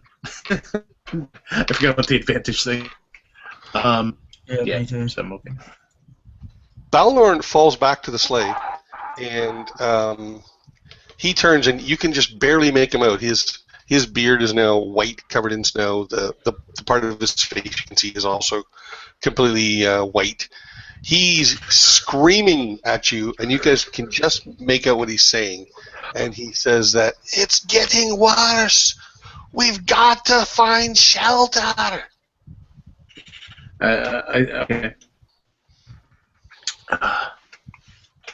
Well, I say, I kind of scream, "I can get a shelter, but not for the goats." He yells back. He says, "There's a tiny cave that direction," which is about 20 degrees off to the left of the direction you're traveling. "Or there's a crater that direction," which is about 20 degrees to the right of the direction you're traveling. I point this cave. Is that what you guys want to head for? Cat issues. All right. So you continue through this blizzard. I want you to make me deck saves again for your goats. The storm is getting worse, 16. and you're all covered in snow. Is it other? Do they get any plus? Oh wait, they have advantage. Right? They're sure-footed, right? Yeah, They're they're sure-footed. advantage and plus Okay, 4. and not 19. Okay. Yeah, I get the. All right, so even your goats are I was pretty stumbling bad, so. to make it through this weather. You're pretty sure that if you were walking on foot, it would be knocking you down. But leaning into the goats and letting their natural strength pull you, you eventually come to what Balnorn referred to as a cave. It's not really a cave. What it is, it's a bunch of rocks, are fairly large rocks, maybe 10 feet tall, are risen from the ground, and there's like another rock slab that's sort of leaning on them, and it makes a kind of natural lean-to that sort of forms a cave. I got a crude picture. I'll show you what the entrance looks like, something like that. Okay. Yeah. That's the thing you're going in. Now this is about 15 feet tall at the close end, and it diminishes to 0 feet tall at the far end, and that's about 50 feet. So you guys could maybe climb in there. I'm not sure how you're going to get your goats in there because it's up about 5 feet just to squeeze in the hole. So that's what you're looking at, and this blizzard is like. I get an idea. So when we can get the goats near the hole, basically. Yeah. Okay. You can get them within 5 feet of it. As I said, it's 5 feet up. Yeah. And then in. Yeah. So I say, get the goats and the sleigh near the hole. Come on. There's no way the sleigh is going to fit through there. Oh, I know. I just want them near the hole. That's all. Okay. So who goes first? I'm pointing Jawdat to kind of park near the rocks. Yeah, I mean, I'll get that up there to us. Sure. Yeah. Okay. So you're near that entrance. The hole is small enough that only one creature can go through at a time. Yeah. So what are you doing? So what I'm going to do is I'm going to do the Leoman's tiny hut again, but I'm going to do it over the hole. And so it'll actually cover the goats and the sleigh. Oh, I see. So you're kind of making like an airlock sort of thing. Yeah. Okay. So so basically, once we're all sort of within that space, I stand up on the sleigh and put my hands up, and the snow sort of jumps, and then begins to slide on this dome of power that just kind of spreads around us, the cold is sort of pushed out. The boulders are pushed out, you say? No, the cold. Not boulders. The cold is pushed out, right. So you're in this area, there's this tiny hut now that's like kind of half filled with these boulders, but the hole is covered if you want to move into it. Are you guys going to try and, because your goats won't fit in Leoman's with you. Right. Not all at the same time. But you can use this as like an airlock to go in if that's is that what you're planning? Well, I also can cover the goats and the sleigh to keep them safe. I can go in and see what's in there. I mean, I can try to stay hidden. I'm thinking that the goats and the sleigh could fit within a 20-foot diameter, basically 20-foot diameter, 10-foot high dome. Mm-hmm. Is that correct? Okay. Yeah, but so basically, I'm just saying everybody and the sleigh and the goats can't fit in there, in your tiny hut. Well, no, but as long as the hut is covering the hole, that's the main thing I care about. Yeah, as I said, you successfully made like a safe airlock area. Are you climbing in, Balmera? Yes, I will cast Mage Armor on myself first, and then she will try to climb in as sneakily as she can. Yeah, well, you can't hear anything beyond 5 feet anyway. There's just a little bit of snow on the rocks now from the tiny hut. When you climb in, as I said, the ceiling slopes from a height of about 15 feet, and over the course of 50 feet diminishes to a height of 0. Right? And other than that, it's about 10 feet of cross. Mm-hmm. Inside seems to be like not quite gravel, but slate and just smaller rocks. And that's the floor of the place.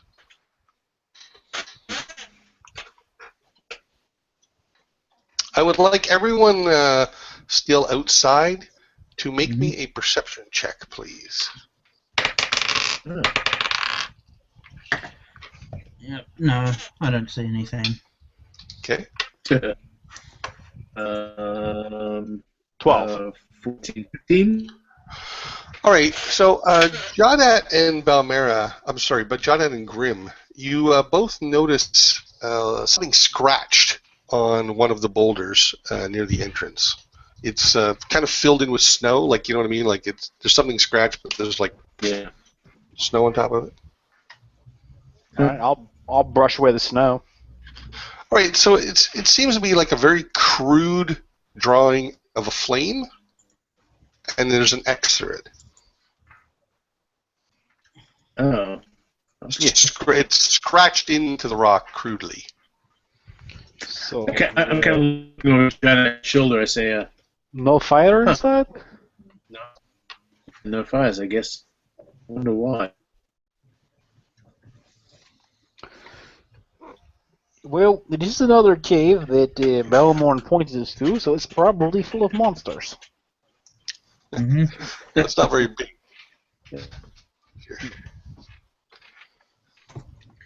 All right, so I'll lean my head over towards the entrance and holler in at Balmera. Don't use any torches or light. Huh?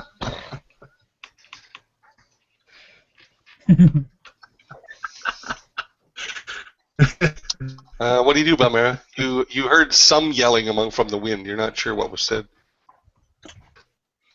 I think she had used torches and light.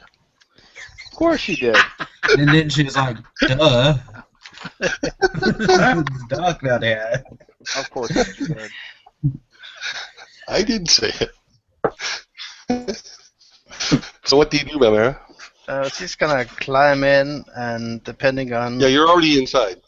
Okay, can she hear anything in here? Well, as I said, you just heard just from outside the and, Jawdat say something. Yeah, but there's no sound coming from the... No, as I said, it's not a very big area. As I said, it's a ceiling that goes from 15 feet high to 0 feet high, and it's 10 feet wide. That's a whole area. Okay, can she see anything? Well, you can see like about halfway in from the holes around the entrance, but you can't see the back half. You can just see the ceiling sloping down into darkness. Okay, she's gonna feel her way around and kind of find a little crevice, a little niche that she can stay in.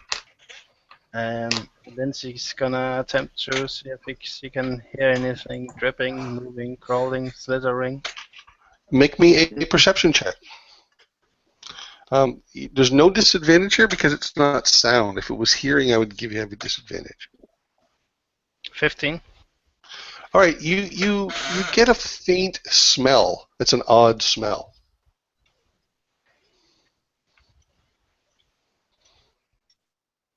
Like a predator spell? No, but I will let you make me, because of your background, I'm going to let you make me an intelligence check. Okay. 11. Maybe something coming from the rocks. It smells like a teen gnome.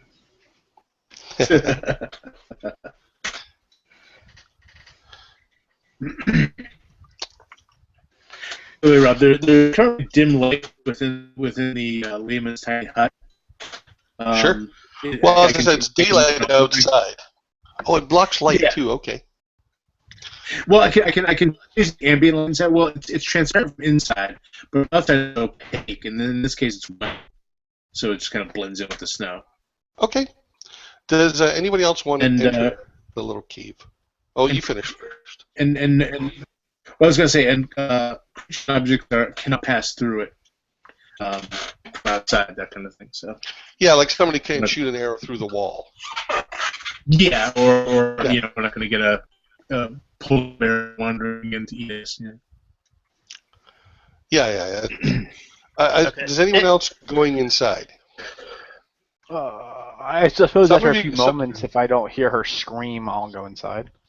Some of you are going to have to if you want to get all the goats in here as well. Yeah. So Okay. Yep. Yeah. If we get to that point, then I'll also go inside. Just to get So the it's a- way through. It's an easy climbing check. You don't have to roll. And as I said, it goes from 15 feet high to 0, and it's about 10 feet wide. Once I'm sure the goats are secured and the sleigh is safe under the dome, I'll go into. Balmera will pick up a small rock from the ground, Mm-hmm. and she will take some moss and kind of squish it on it, and say a few words, and she will cast light on the rock, and she will keep it like this. Okay. And then she will hurl it towards where the spell is coming from. You're not sure where it's coming from. Somewhere nearby. Okay, so into the dark, she will cast the glow. Okay. really, Bink, bink, bink. cast magic. Okay. So you can see where the slab meets ground. The rest of you in the cave can certainly see the light as well. But no monsters hiding. No, there's nothing remarkable in here. Nope. All right. Well, I suppose we should get a fire going. I look at you perplexed. Well, what? Didn't it say no fires? Well, technically, I said well, we couldn't though.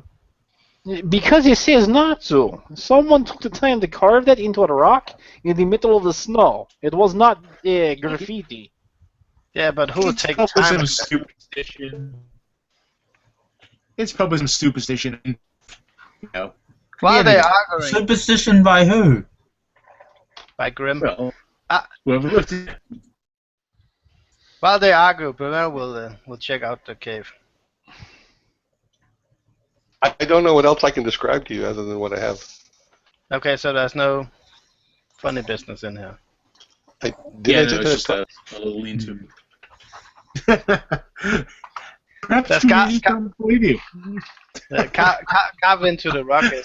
We were set here by Banner. We all died here. Oh, curse.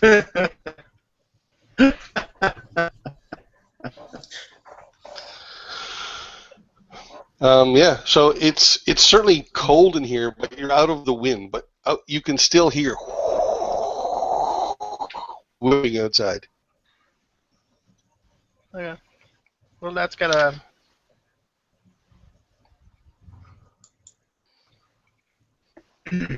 Guess we just hunker down and wait for the storm to pass.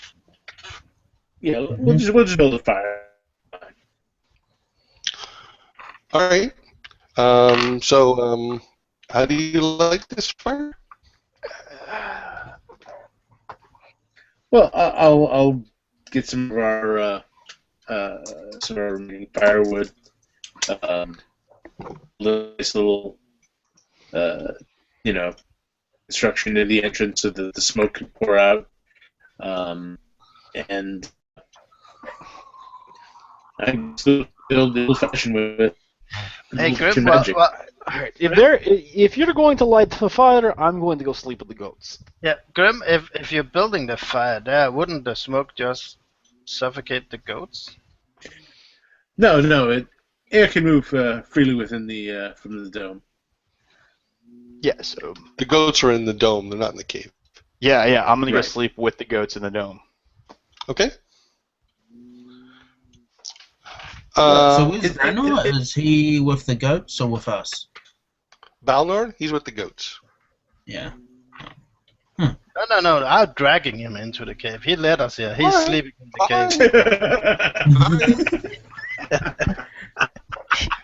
You're gonna sleep here with us. He did lead you to a cave free of monsters. Okay, Balmera is suspicious now that Jawdat is living and Grimm is building a fire. So she turns to Tolraun, what's going on? They saw a symbol of a flame that was crossed out.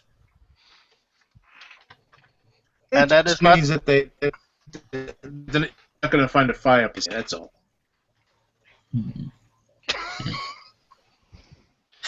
There's no fire. That was like carving of a bench with an X over. Perhaps it was a remnant from the giant war, and it was just a symbol saying this wasn't a safe place to stay anymore. Well, maybe. Do you think a fire giant could fit in here, though? No, the dwarves. Yeah. That makes sense, right? You would say this is not a safe place. So the symbol for a campsite would be a flame, right? And then with an X over, not a safe place, but a fire. And Yeah. let's say that it was because there's an ancient ice spirit here, and if we start a fire, it will come out and kill us. You better put better instructions for that than just a fire with an X on it, right? Okay, Balmera, is there an ancient ice spirit here? Oh no, you mentioned it. Look, I'm not going to ask anyone to take any risks I didn't take. So if you guys, if you want to step out, No. I can light fire, and if anything happens, it'll happen to me. I'll stay here while you start the fire. I looked at Balmera. Yeah. Okay. I'll stay too. All right. So as soon as you light the fire, the entire cave fills with flames. As the gas explodes. Not that big a fire. Not that big a fire. 21, 33 points of fire damage. And So, the fire goes out. okay. Because of the... Still on fire? Jawdat, no. The fire's just and then gone. Jawdat, you hear over the wind, which is quite loud. You hear like a woof sound, and you feel slightly warmer for a few seconds.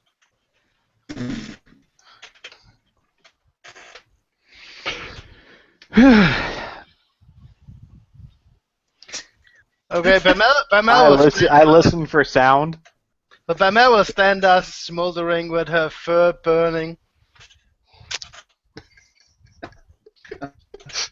That's the light in the cave right now. Yeah, good idea. What's Balnorn's reaction to being incinerated by a campfire? He is really pissed off that much of his beard is it's maybe a third of the length it was a moment ago. He's even though the fire is out, you can kind of still see smoldering in his eyes. Oh yeah, this is a terrific place to go. Thank you, a scout or guide. He puts his hand on the on the hilt of his axe and stares at you as he kind of pushes past as you like one of those little shoulder bumps and heads out to the to the hut to squeeze in there with the goats. No, wait a minute. Just to be clear, that was more hip. Just to be clear, that was more of a hip bump because I'm like 6'7" and he's 4 feet tall. All right, fair enough. But you still got the proportionate weight to pull it off, but fair enough. Yeah.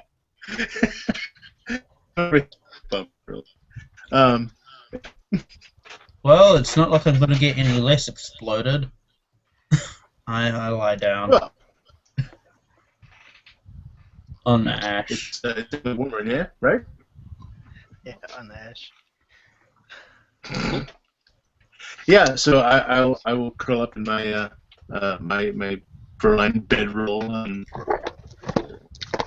And the reason why Tolraun isn't rolling around in pain from being burnt is he was literally burnt by acid earlier, and let's face it, he's used to this. That's right.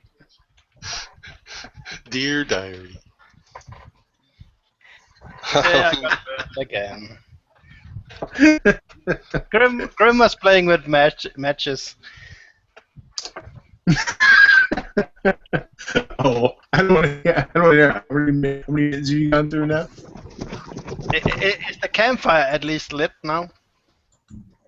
No, the fire went out on the explosion, like it blew it right out. Yeah, natural gas explosion doesn't really make much fire. It's more of a boom. You can start another Blows fire. tends to blow things apart, right? Yeah, you can start another fire. All the gas is probably burned out by now. Probably. Yeah, what are the odds? What are the odds of 2 random explosions in one place?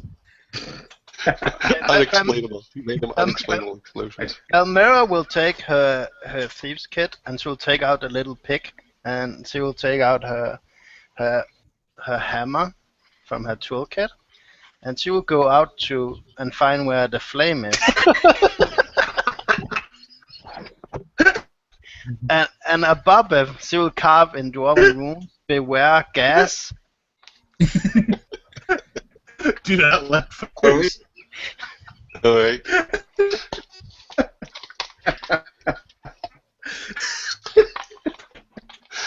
Well, you badly translated into common. Okay, Yep. no problem. So you guys, She badly translates it into common, so it comes out what? Scary farts?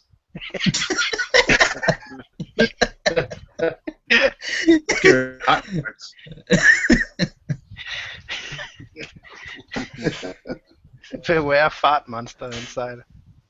I suggest that you draw a picture of an explosion. So if someone comes, they'll know. Alright, well. Okay, so by then we have a warning in 17 languages covering the entire wall.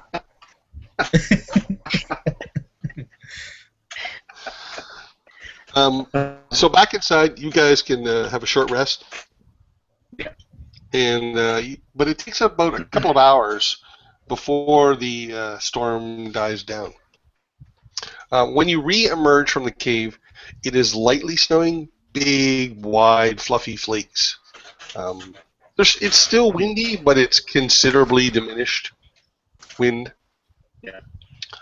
For what it's worth, the whole area around you, the snow has a nice, pristine look to it.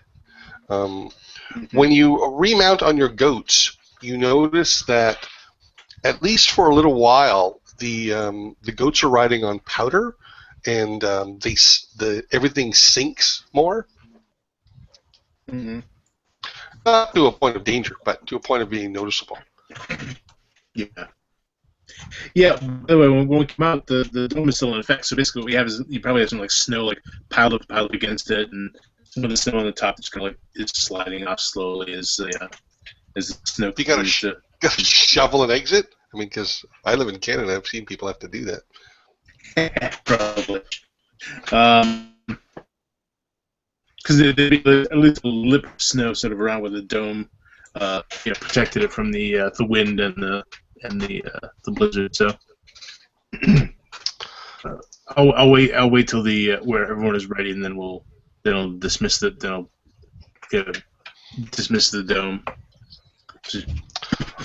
The snow just kind of like falls.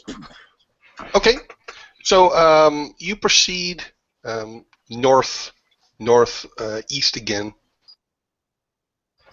towards its blessing. As you ride, you notice this only in the first hour. The snow, the powdery snow that you're riding on, gradually.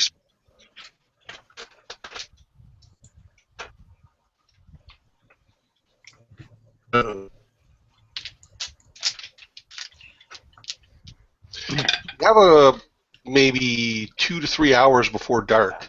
You may have to back up a little bit, Rob, because your connection took directions from Balmorn and got completely obliterated.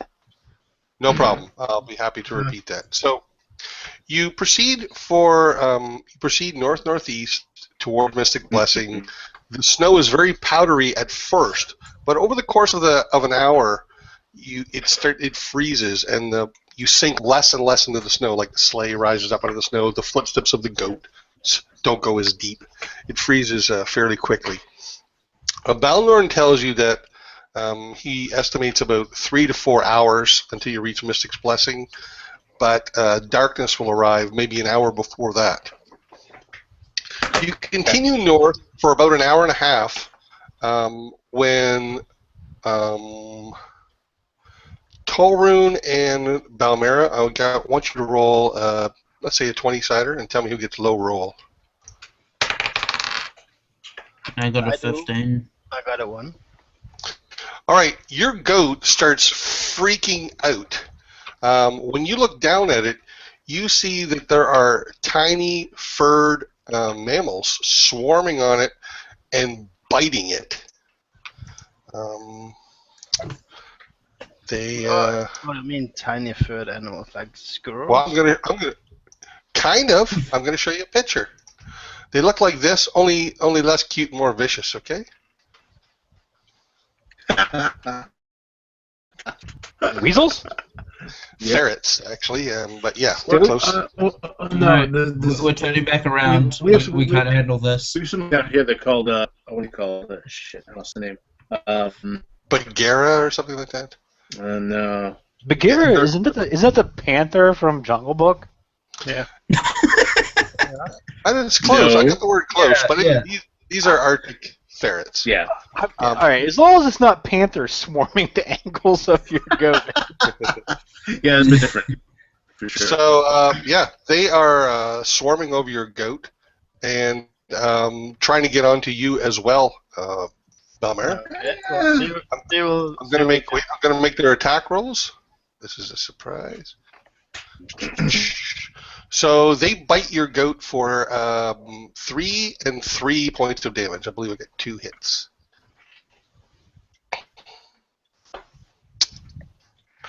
I'm going to let you guys go in whatever order you want, starting from Balmera.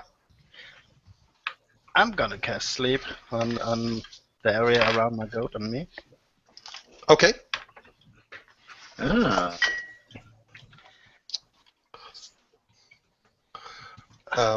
Go ahead, roll. That's 30 points of sleep.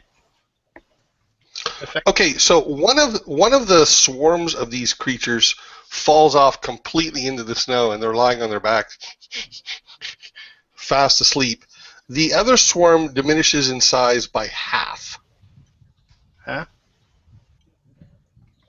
Okay.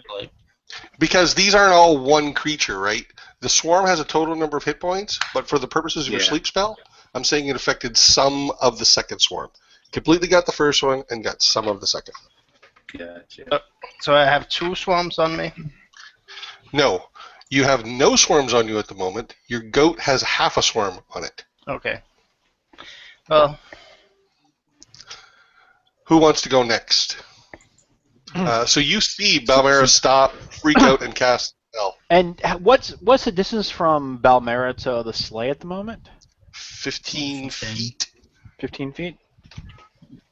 Okay. Whoever wants to go next can. Okay. I'm gonna say Balnor's gonna go last because he's ahead of you, so he would have to turn around to see this. Right. Also, he doesn't care about leading us into danger. We've learned that. It was a perfectly safe cave if you'd hit the goal. Yeah, right. The I damage just- was entirely safe. Clearly- I just clearly want to point not. out that he is quickly approaching the levels of Evolov. Look, Hey, don't make fun of him and his cousin. Jeez. we're a tough crowd. All right. So You go first. I'm going to since we're at a stop now, but she stopped. I'm going to step up to the very front of the sleigh, so I'm sort of leaning with my hands on the little up part. I don't know what you call it, the front rail of the sleigh. Mhm. And The dashboard. yeah, That's what it's actually called. Okay. and I start. I will cast a spell, and so the little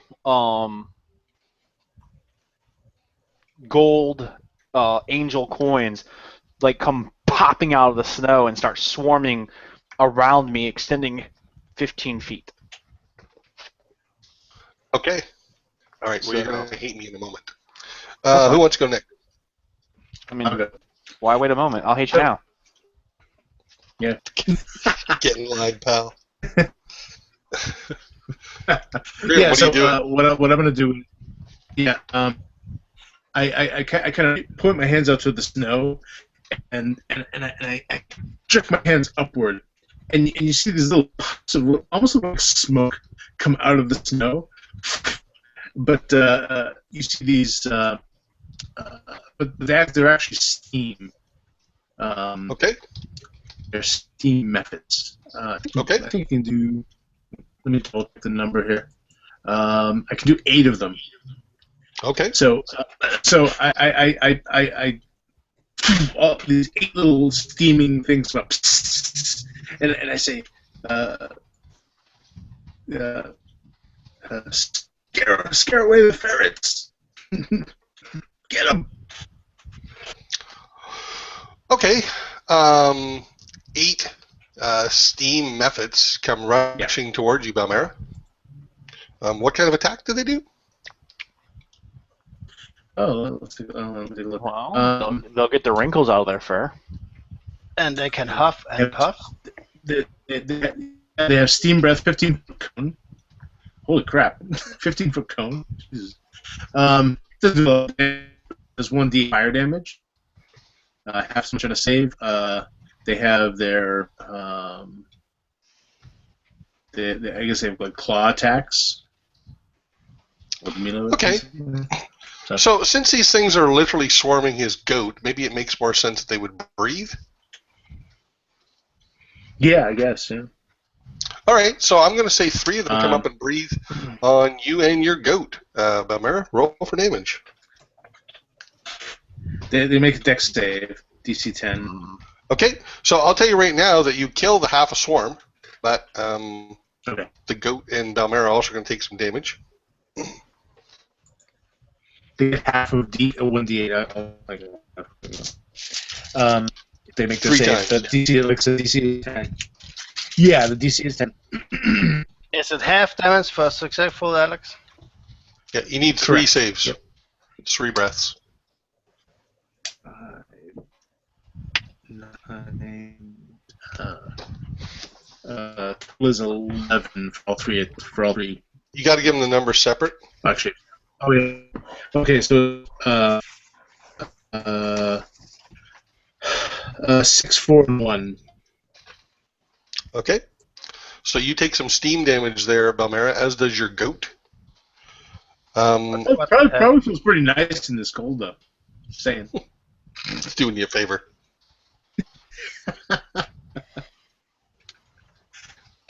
Feels warm. Okay, so you steam the goat's fur, and Balmera will do a backflip from the saddle and up and down and land again, dodging the breath weapons. Show off. Tolraun, what do you want to do? Alright. There are more of these? Not at the moment.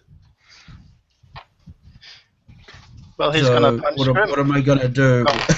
I walk over to Balmera and punch her. They're all over you, and no.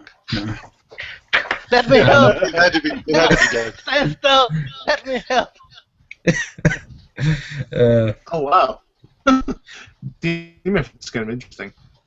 They can cast blur with and, Alright, and when they die, they explode. Yeah. Tell us when they do it. What are you doing here? Tolraun, anything? So I don't know. I mean, if there are none there, I don't need to do anything. But I guess I will look around, just because I guess they have good camouflage. So I am going to try see if there may be more of them. Okay, excellent. I want everyone to make me a perception check. The DC is 20. You get advantage, Tolraun. I got a 1 and a 20. Yeah, I'm not even gonna roll that.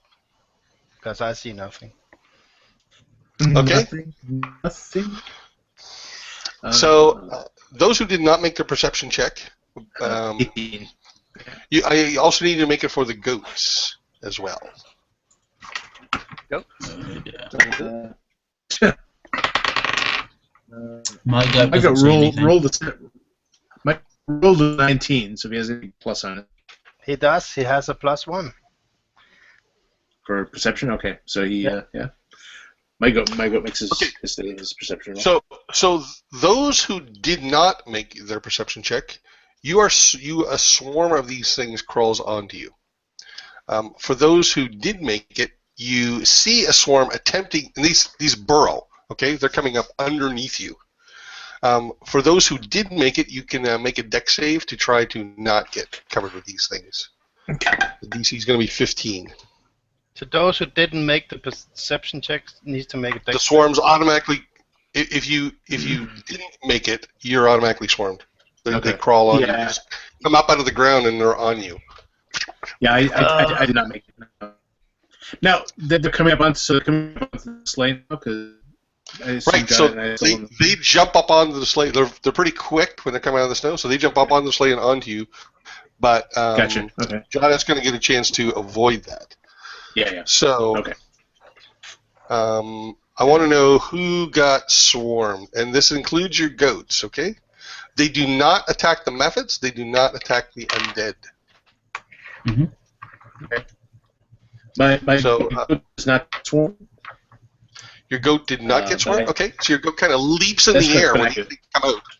He goes like leaps straight up. And these things come out of the ground and then he lands back down again. And what about you? Me, I failed. Okay, so a little swarm of these things climbs onto you and is trying to bite through your clothing. It does not succeed. All right. Let me go down the order here. Balmera. Okay, my mage armor and stuff. Yeah, I'm just going to do their attacks and I'm going to come back to you. Balmera, did you make it, and how about your goat? No, we didn't. Okay, so I'm going to make an attack on each of you.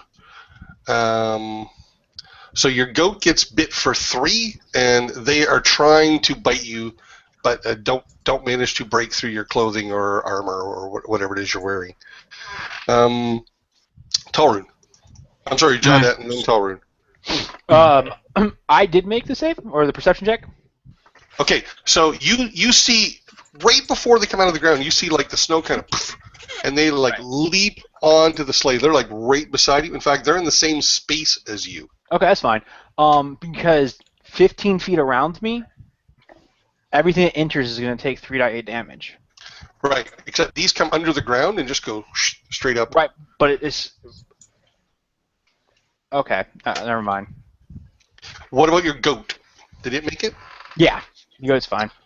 Okay, so your goat so these things are... And these things burrowed up underneath me through the wood of the sleigh in order to occupy the same space as me. Right in front of the space that you're in. There's a gap between you and this defense. It's 15 feet. It's not like 10 feet and 15 feet, is it? Yes. It's my 5-foot square, and then 15 feet out from me in all directions. It's centered on me, a 15-foot cube. Okay, so it's not just a box then. No, it's a 15-foot cube. Okay. Which is, I mean, it's fine. I definitely understand that some of them are getting into my square, and that makes perfect sense for a swarm. Okay, so the ones that attack your goat, let me do them first. The ones that attack your goat are going to take some damage because your goat jumped up when they come up. And they're right at 15 feet. Okay. Now, can you make it so this doesn't hurt your goats? Like, basically the only people right now that are going to be protected are the 2 goats, myself, Grimm. Actually, I can protect everybody. So yeah, all of us. Okay. I probably would have remembered Balmera. That's fine. He's beyond the 15 feet anyway. Yeah. But what's the damage? I need some damage for the ones that attack your goat. I don't have access to quick 3.8. All right. I'll come back to you in a second. You just tell me the number. So Balmera, he's going to 9. All right, so the swarm does pour onto your goat, but it's diminished by half. It's made down to half size. So I did the damage right the first 2 times. That's okay. Balnorn and his goat both managed to evade the being swarmed. So those of you, some of you got swarmed and some of you didn't. I think I went through everybody. Balmera, it's your turn. I believe you have some on you. No, you skipped me. Oh, I'm sorry, Tolraun. Did you make it or no? So, I made it, but my goat didn't. All right, I did the damage wrong before. I was too late. Oh, look at that. Your goat takes 13 points of damage. All right. And now we go to the top of the order. Balmera, what do you want to do? She lets out a curse in Dwarven, which is more annoying that this happens again, and she will cast sleep again. Okay. Are they on you or are they on your goat? I don't remember. Yeah, I'm gonna try to. It hits the entire area. So. Yeah. Okay. I just want to know which ones you're targeting, but sure. Roll me some dice.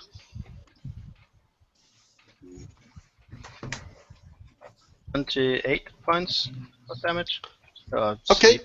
Damage. So who had a swarm on them? You and your goat, or only one? We both had. Okay. So I'm going to say that the swarm on you, I'll say the swarm on your goat gets taken out, and the swarm on you is diminished. Jawdat. So there are a bunch of these now injured Arctic ferrets on the sleigh trying to climb onto you. I mean, what do you? I don't know how you deal with ferrets. So I kick at them and club at them. All right, go ahead. Because that seems like what you would do. AC 12. Okay, I don't manage to hit them as I swing wildly with my club. Okay. Treats. They like treats. I'm gonna shove them all back in a bag, and I'll have a bag of magical critters too. Grimm. All right. So these things are on at this point, I'm assuming, because if you got hit, they're on you. Yeah. And if they're on, if your goat didn't make it, they're on your goat.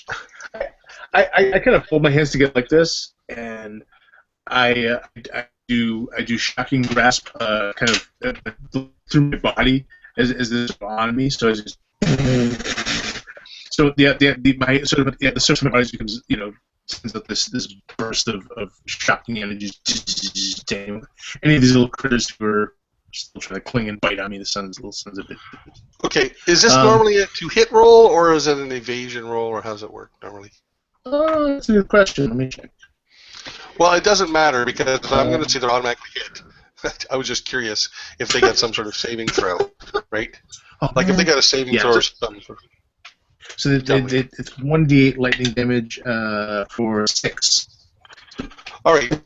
So your swarm is diminished by half, and you take 3 points of lightning damage yourself. So like a bug zap. And that brings us to Tolraun. Alright. Yeah, jumping off my goat, and I'm gonna turn to my goat, and I'm gonna try snatch and grab and punch as many of these ferrets that are swarming it as I can. Go for it. You're punching yourself or your goat? The ones on the goat. I don't have any on me. Right on. Go ahead.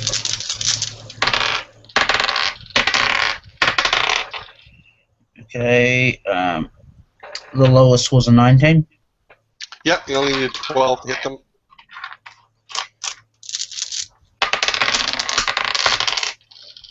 Okay. That's... hang on a moment. 36 points of damage. Okay, so this is what happens. You bash the swarm, and your punches aren't terribly effective because it's constantly moving. Like you're not hitting the whole thing when you hit it, But with all your punches, you managed to completely destroy the swarm. You also have knocked your goat out. Okay. Balnorn, he is off his goat, and he has turned his axe sideways. So, and he's smacking. They're not on him. But he's smacking at them with the flat of his blade, trying to crush them with the side of his axe. And you see blood splattering on the snow as he hammers into them with the side of his axe.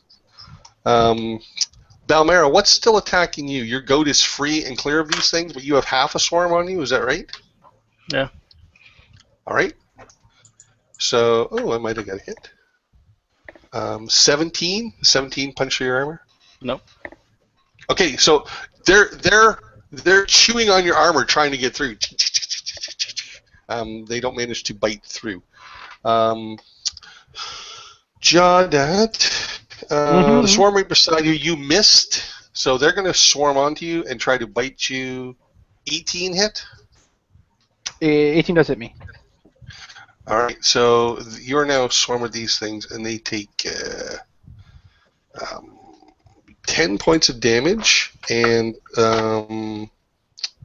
they diminish by half from your moving on to you.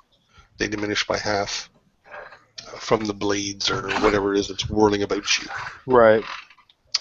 Your goat was not affected, is that correct? Nope, Right? he was not. Okay, so they're going to try. Your goat. Oh, never mind.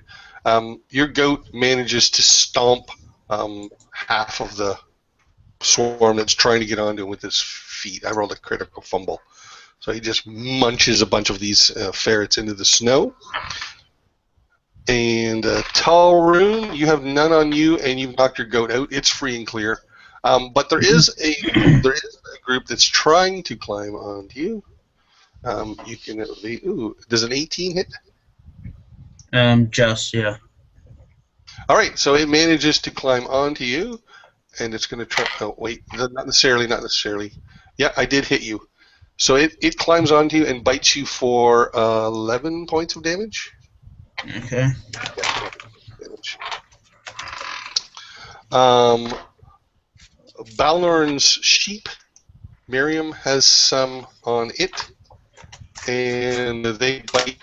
They do some harm to Miriam. So, all right. So I'm going to track some for Miriam. -10, and that takes us to the top of the order. So Balmera, I believe you've just got half a swarm left on you. Yeah. What do you want to do about it?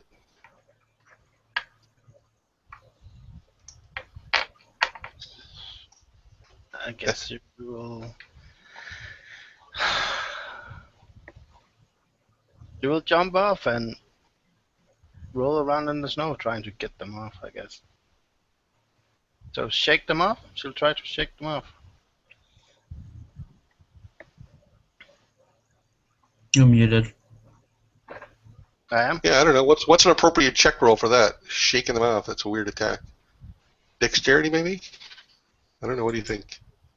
Strength? Yeah, probably. Whatever you want. Pick one. Roll. Okay, well, I'll pick Dex then. Go ahead. That's a 23. All right, so they all go like fling, fling, fling, fling, fling off into the snow. You shake them off like a dog shakes off fleas. Jawdat, there is a half a swarm on your person right now. Right. So what I'm going to do is I'm going to basically step backwards off of the sleigh with them on me, because the I get it. cloud Cool. doesn't doesn't move. So Right, I'm just going right. to move them into the cloud. You're going to run into the... Okay, so they're going to take damage at the start of their turn. That is fine. All right, excellent. Good idea. Grimm. Excellent. Are we still moving ahead, basically? No, you're stopped, and like this fight is going on. Okay. And I still have some on me, so I'm going to do the shock and grasp again, and I'll use some of them. Okay, so roll some damage. With 5. All right, so you managed to kill enough of them that the last couple all off, and you take 2 points of electrical damage yourself. Okay. And my methods. How are they attacking? Well, at this point, they can just be clawing because they have claw attacks. So they're just gonna be sort of rending through these ferrets. Okay, so I'm going to say that right now, anybody who doesn't have ferrets on their person, these things shred. Okay. Okay. Yeah. They were pretty decent to hit. Well. Yeah, sure. Yeah, it's not bad. Their AC is only 12 anyway, and they're hugely outnumbered at this point. Right. Tolraun. There's still some in the snow, and you see them get ripped apart by these ice methods, or steam methods, sorry. Yeah. I believe there's still a few on Jawdat as he's running into the blades. Yeah, the whirling Briefly. coins. No, right, the whirling coins. You can see blood splatters in the snow, these little dead creatures everywhere. Alright, so, yeah, I'm gonna start grabbing the ones that are on me and, like, trying to snap their necks. I'm gonna grab and crush them, basically. Okay, go ahead. He's 12. Oh, Yep. Peter's not watching. All right, so you managed to crush enough of them that the last few fall off, and Jawdat, when you run through them, it takes care of any remainders. So all the ferrets are dead at the moment, and you guys are kind of staying there. Maybe these coins are still whirling around you. Balnorn's, he's got splatters in the snow all around him. Right. And I imagine that most of us have like nicks and bites and stuff on all the exposed flesh and. Mm-hmm. Even those that weren't hurt, there's lots of scratches and tears maybe in the outside of your clothing. Mm-hmm. We also do not have these in the desert. What is? Yeah, more and more reasons for us to go visit my home. Yes, I too find myself in need of a vacation to your homeland. Is Yes, warm. I will second that. Balnorn rides closer. Cold are ye? Yes, we're thinking of lighting a fire. He grins and he turns and he mounts up Miriam and starts riding again northeast. I look at Tolraun's unconscious goat. Shouldn't we wait? What's it unconscious from? Tolraun punched the crap out Zero. of it. It's down to 0 hit points. The Oh. ferrets heard it, and then Tolraun kind of finished it off to at least knock it out. Mhm. Yeah, I can heal it. Thanks. Mm-hmm. And so I'll walk over and put my hands on the goat in a very loving manner, gentle. But I'm gonna heal his goat. So Cleric spell or paladin lay on hands? paladin lay on hands because I can. Excellent. So yeah, this will be a bit different than anything that I've ever done. But my hands glow this sort of intense white color, not the normal golden sand, and there's more of a cooler breeze and almost like a seaside smell to it, more akin to Crossmeet than my hometown. But what do I heal at first level? He's a paladin of Crossmeet. Is it like 5 hit points. Five. So, Yeah, yeah, it gets 5 hit points back. Shouldn't that like be an anti-paladin or something like No, it's just his magic's influenced by where he learns it. that? Okay, well, let's get to this mystic blessing, get the book, and then we can go have a vacation in the desert. Yes, this sounds like a good idea. Book? What? I don't know what book you're referring to, but It's a book of the damned. Probably gonna end there well. We hope it won't. I think at this point, Balmera's has gone to taking any sort of quest that the Lady Ever gives us and calling it retrieving a book, because it seems like half of our life was spent about that. We're just gonna go to her. We found the book. We just hand her a random book and leave. We don't explain anything to her. And it has stamps from Crossmeet Library. We just went in and took out a book. I didn't ask you to get a book. Wait, Crossmeet has a library? Why didn't you tell me this? I didn't even know. You continue moving northeast, and the sun sets. The snow continues to fall, but it's gentle now, and the wind, while still noticeable, has diminished yet again. You proceed on, and I'm assuming you start lights again, the torch on the side of the sleigh and stuff. Mm-hmm. Yeah, my bullseye lantern. I'll do my dying again, so it's got glowing light. Okay, so you continue to the northeast, and it is dark outside, like there's a lot of cloud cover. But up ahead, you can see a break in the clouds and some moonlight streaking down through, but it's not overhead, but it's in the area you're heading. You travel for about an hour, a little more than an hour, into the darkness when you reach a Mystic's Blessing. So what you're looking at is the side of a mountain that goes up about 1,000 feet. It's fairly sheer, but it's not like a super smooth wall. It's got cracks and splits and breaks in it, and it goes up about 1,000 feet, and then you can just see the edges of a plateau about 1,000 feet up. You can see this because where you are overhead, the clouds are broken and moonlight is streaking down on this area. But much more remarkable than this is that there is a grassy glade about 100 yards across, maybe 150 yards across. When you cross over into this glade, there's no snow on the ground, there's grass growing, there's a lot of fairly small trees, 10 feet high or less, scattered here and there. And most remarkable of all is a massive tree that's about 100 feet at the base and goes up to a height of about 700 feet. It's warm in this glade, like it's comfortable. And this is why they call it Mystic's Blessing.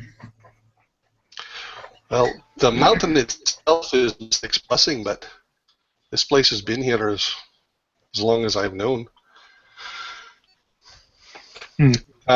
Balnorn, he gets off his goat, and he walks up almost to the base of this massive tree, and he kneels on one knee reverently in front of the tree. You can hear him say, "Great Spirit of the tree, I stand in awe of your beauty, and respectfully ask that you grant me a gift to help sustain me in this frigid wasteland." And from high above, beyond branches that you can see, a piece of fruit falls. It appears to be a nut about the size of an apple, but golden in color. When you look around, you can see that there's other similar fruit on the ground here and there. He goes over to the fruit that the tree dropped, and he tears it open and bites into it.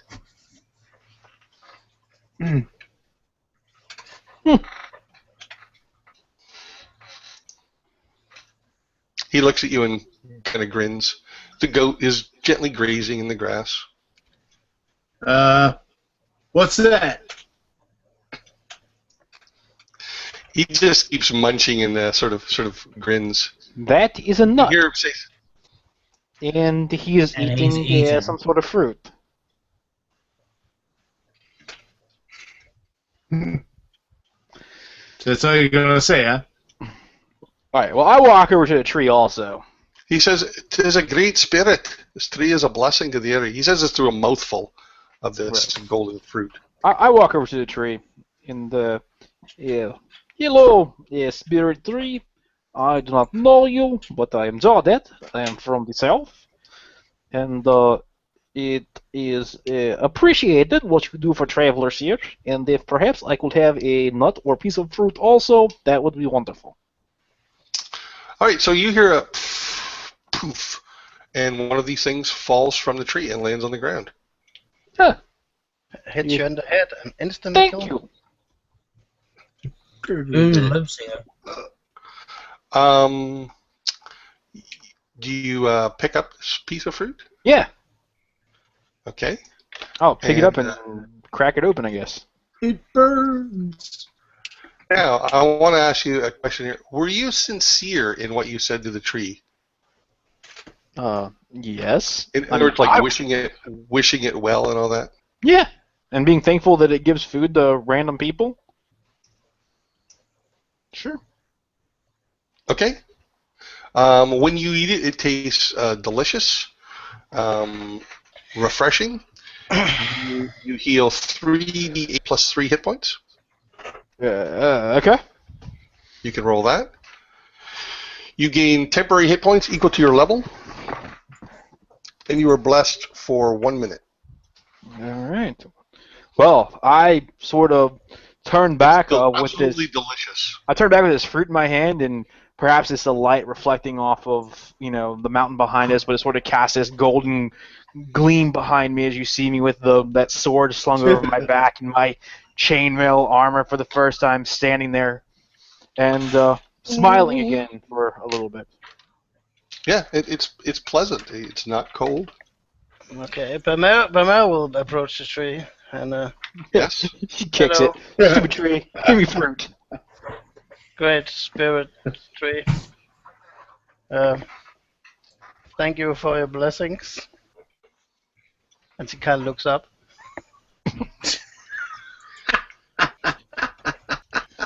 That's how it works, right? Nothing happens. Or a bird crash. Don't believe you said anything, but nothing happens. Do you say anything Hey, else? what did you do, Jawdat? I was supposed to say something special, like with a magic spell. Try to ask it. Oh yeah. Can I please have a nut? Okay, so it looks like a nut, but it actually tastes like fruit. It falls again from high above, beyond branches you can see. It kind of falls through the branch and lands on the ground beside you. Appears unbruised from the fall. She will pick it up and open it and taste it. Now, were you sincere in your blessing? No. Okay, so you need to make me a con save, please. Well, it's Balmera. Of course, she wouldn't be sincere in her. Balmera sincere. This is versus poison. The DC is 20. Hey, you have an advantage on that, don't you, as a dwarf? That's why I mentioned it. Hang on. Okay. Not so bad. I tore out the sound for my computer. I rolled a 13 on the con. You have Yeah, advantage. you have advantage. I have advantage on poison saves. Oh yeah. You're a dwarf. I rolled a 1. Yeah. Okay, so it tastes very unpleasant to you, and in fact, you take 24 points of poison damage. Jesus. 24. Wow. Feast of famine with this tree. He spits it out and curses and it tastes horrible. Oh my God! What are you doing? And he knocks the fruit out of Jada's hand. I imagine you've largely consumed it at this point, eh? Yeah, Yeah. but you knocked the remainder out of it. You knock the core out of his head. Yeah, the apple core. You can see there's maybe a few dozen of these pieces of fruit on the ground scattered about the tree. Yeah. Don't eat it. And she goes over and find a place where she can vomit. I'm All like right. sitting next to Grimm, and I'm like, okay, so I'm not trying any. Yeah, it looks pretty hit or miss. I let out an exasperated sigh. I do not know that this will work. I walk back over to the tree and I put my hand on it. Mm-hmm. I am sorry. Not everyone is willing to accept the gifts from things that they do not understand, or with the proper amount of respect. However, everyone with me, they are weary travelers. We are in need of some sort of sustenance and healing, and it is something that you provide, much like my God. And I am surprised to find that in this heathen world, but I am appreciative of it. If it is not asking too much, could I have 3 other pieces for my travel companions. I will not consume any more, nor will I try and keep it. But just some for the other travelers, so that they may also. Oh, and 1 more for the goat. So 4. Sorry, the goat. It was hurt very bad earlier by some snow beasts. But if I The can free have already you. I would appreciate it, and we'll speak very highly of you back in town. Nothing happens. Yeah, well, I tried. I really like how Jawdat can come with a compliment that is on the same time and what do you call it? And this. And so, An insult. Yeah. yeah, he's got it as in complissalts. It's a gift. Believe it. Well, I tried. I looked back up. Just 1 for the goat? Balmera says, the blessing is also this place, a fine place to rest. Yes. But Yeah. now it looks sick and pale and Just don't eat the fruit. So yeah. who lives here? No one. Well, no It's only wonder. about 150 yards across. Apparently Why? the treat will poison you. Why does no one live here? I cannot say. I can say that the tree is, well, clearly more than just a tree. I would not advise trying to climb it. It doesn't seem to like it. Alright. Well, then I guess the camp it is. How does the tree feel about campfires? You don't need one. It's summer warm here. Well, yeah. It's perfectly warm here. Like But there's a psychological advantage to having firelight, but that's okay. And telling Grimm that he doesn't need fire is just pointless. I mean, there's also light here.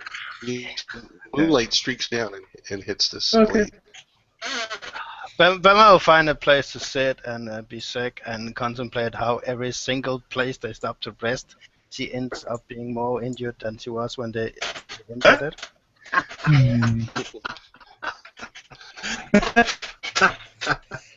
Okay, so you guys are camped out before the mountain known as Mystic Blessing. You can see that this mountain, as I said, it goes up kind of sheer, but not super smooth, for about 1,000 feet, and then there's a plateau, and then the mountain continues up about 3,000 feet above that. Okay. So where exactly are we looking for my fellow? Balmera shrugs. Sure. I was told to lead you to Mystic's Blessing. Well, I suppose the best place should be that plateau up there. Well, didn't she say she found some leads in one of those tomes and books and whatnot? Didn't you get those leads? What are you talking about? Didn't the lady say she found some leads leading to the location of myth? Mythalamar? Yeah. Her research suggests that it's here somewhere. Didn't she share that with you when you went to see her? Yes, but it was not any more specific than here.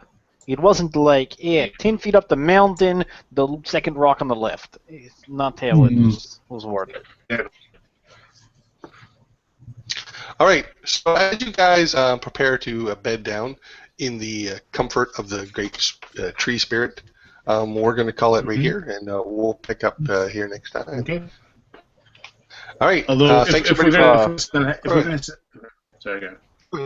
No, I was just gonna say, if we are gonna sit down and have a meal, then maybe I will summon the Azer to cook it for us. Right. Hold this piece of metal, Laser. And just for bookkeeping purposes, I will go ahead and heal Balmera and everybody else who needs to be healed back up to full hit points Sure. before we sleep, just in case something bad happens. Yeah. Fair enough. Fair enough.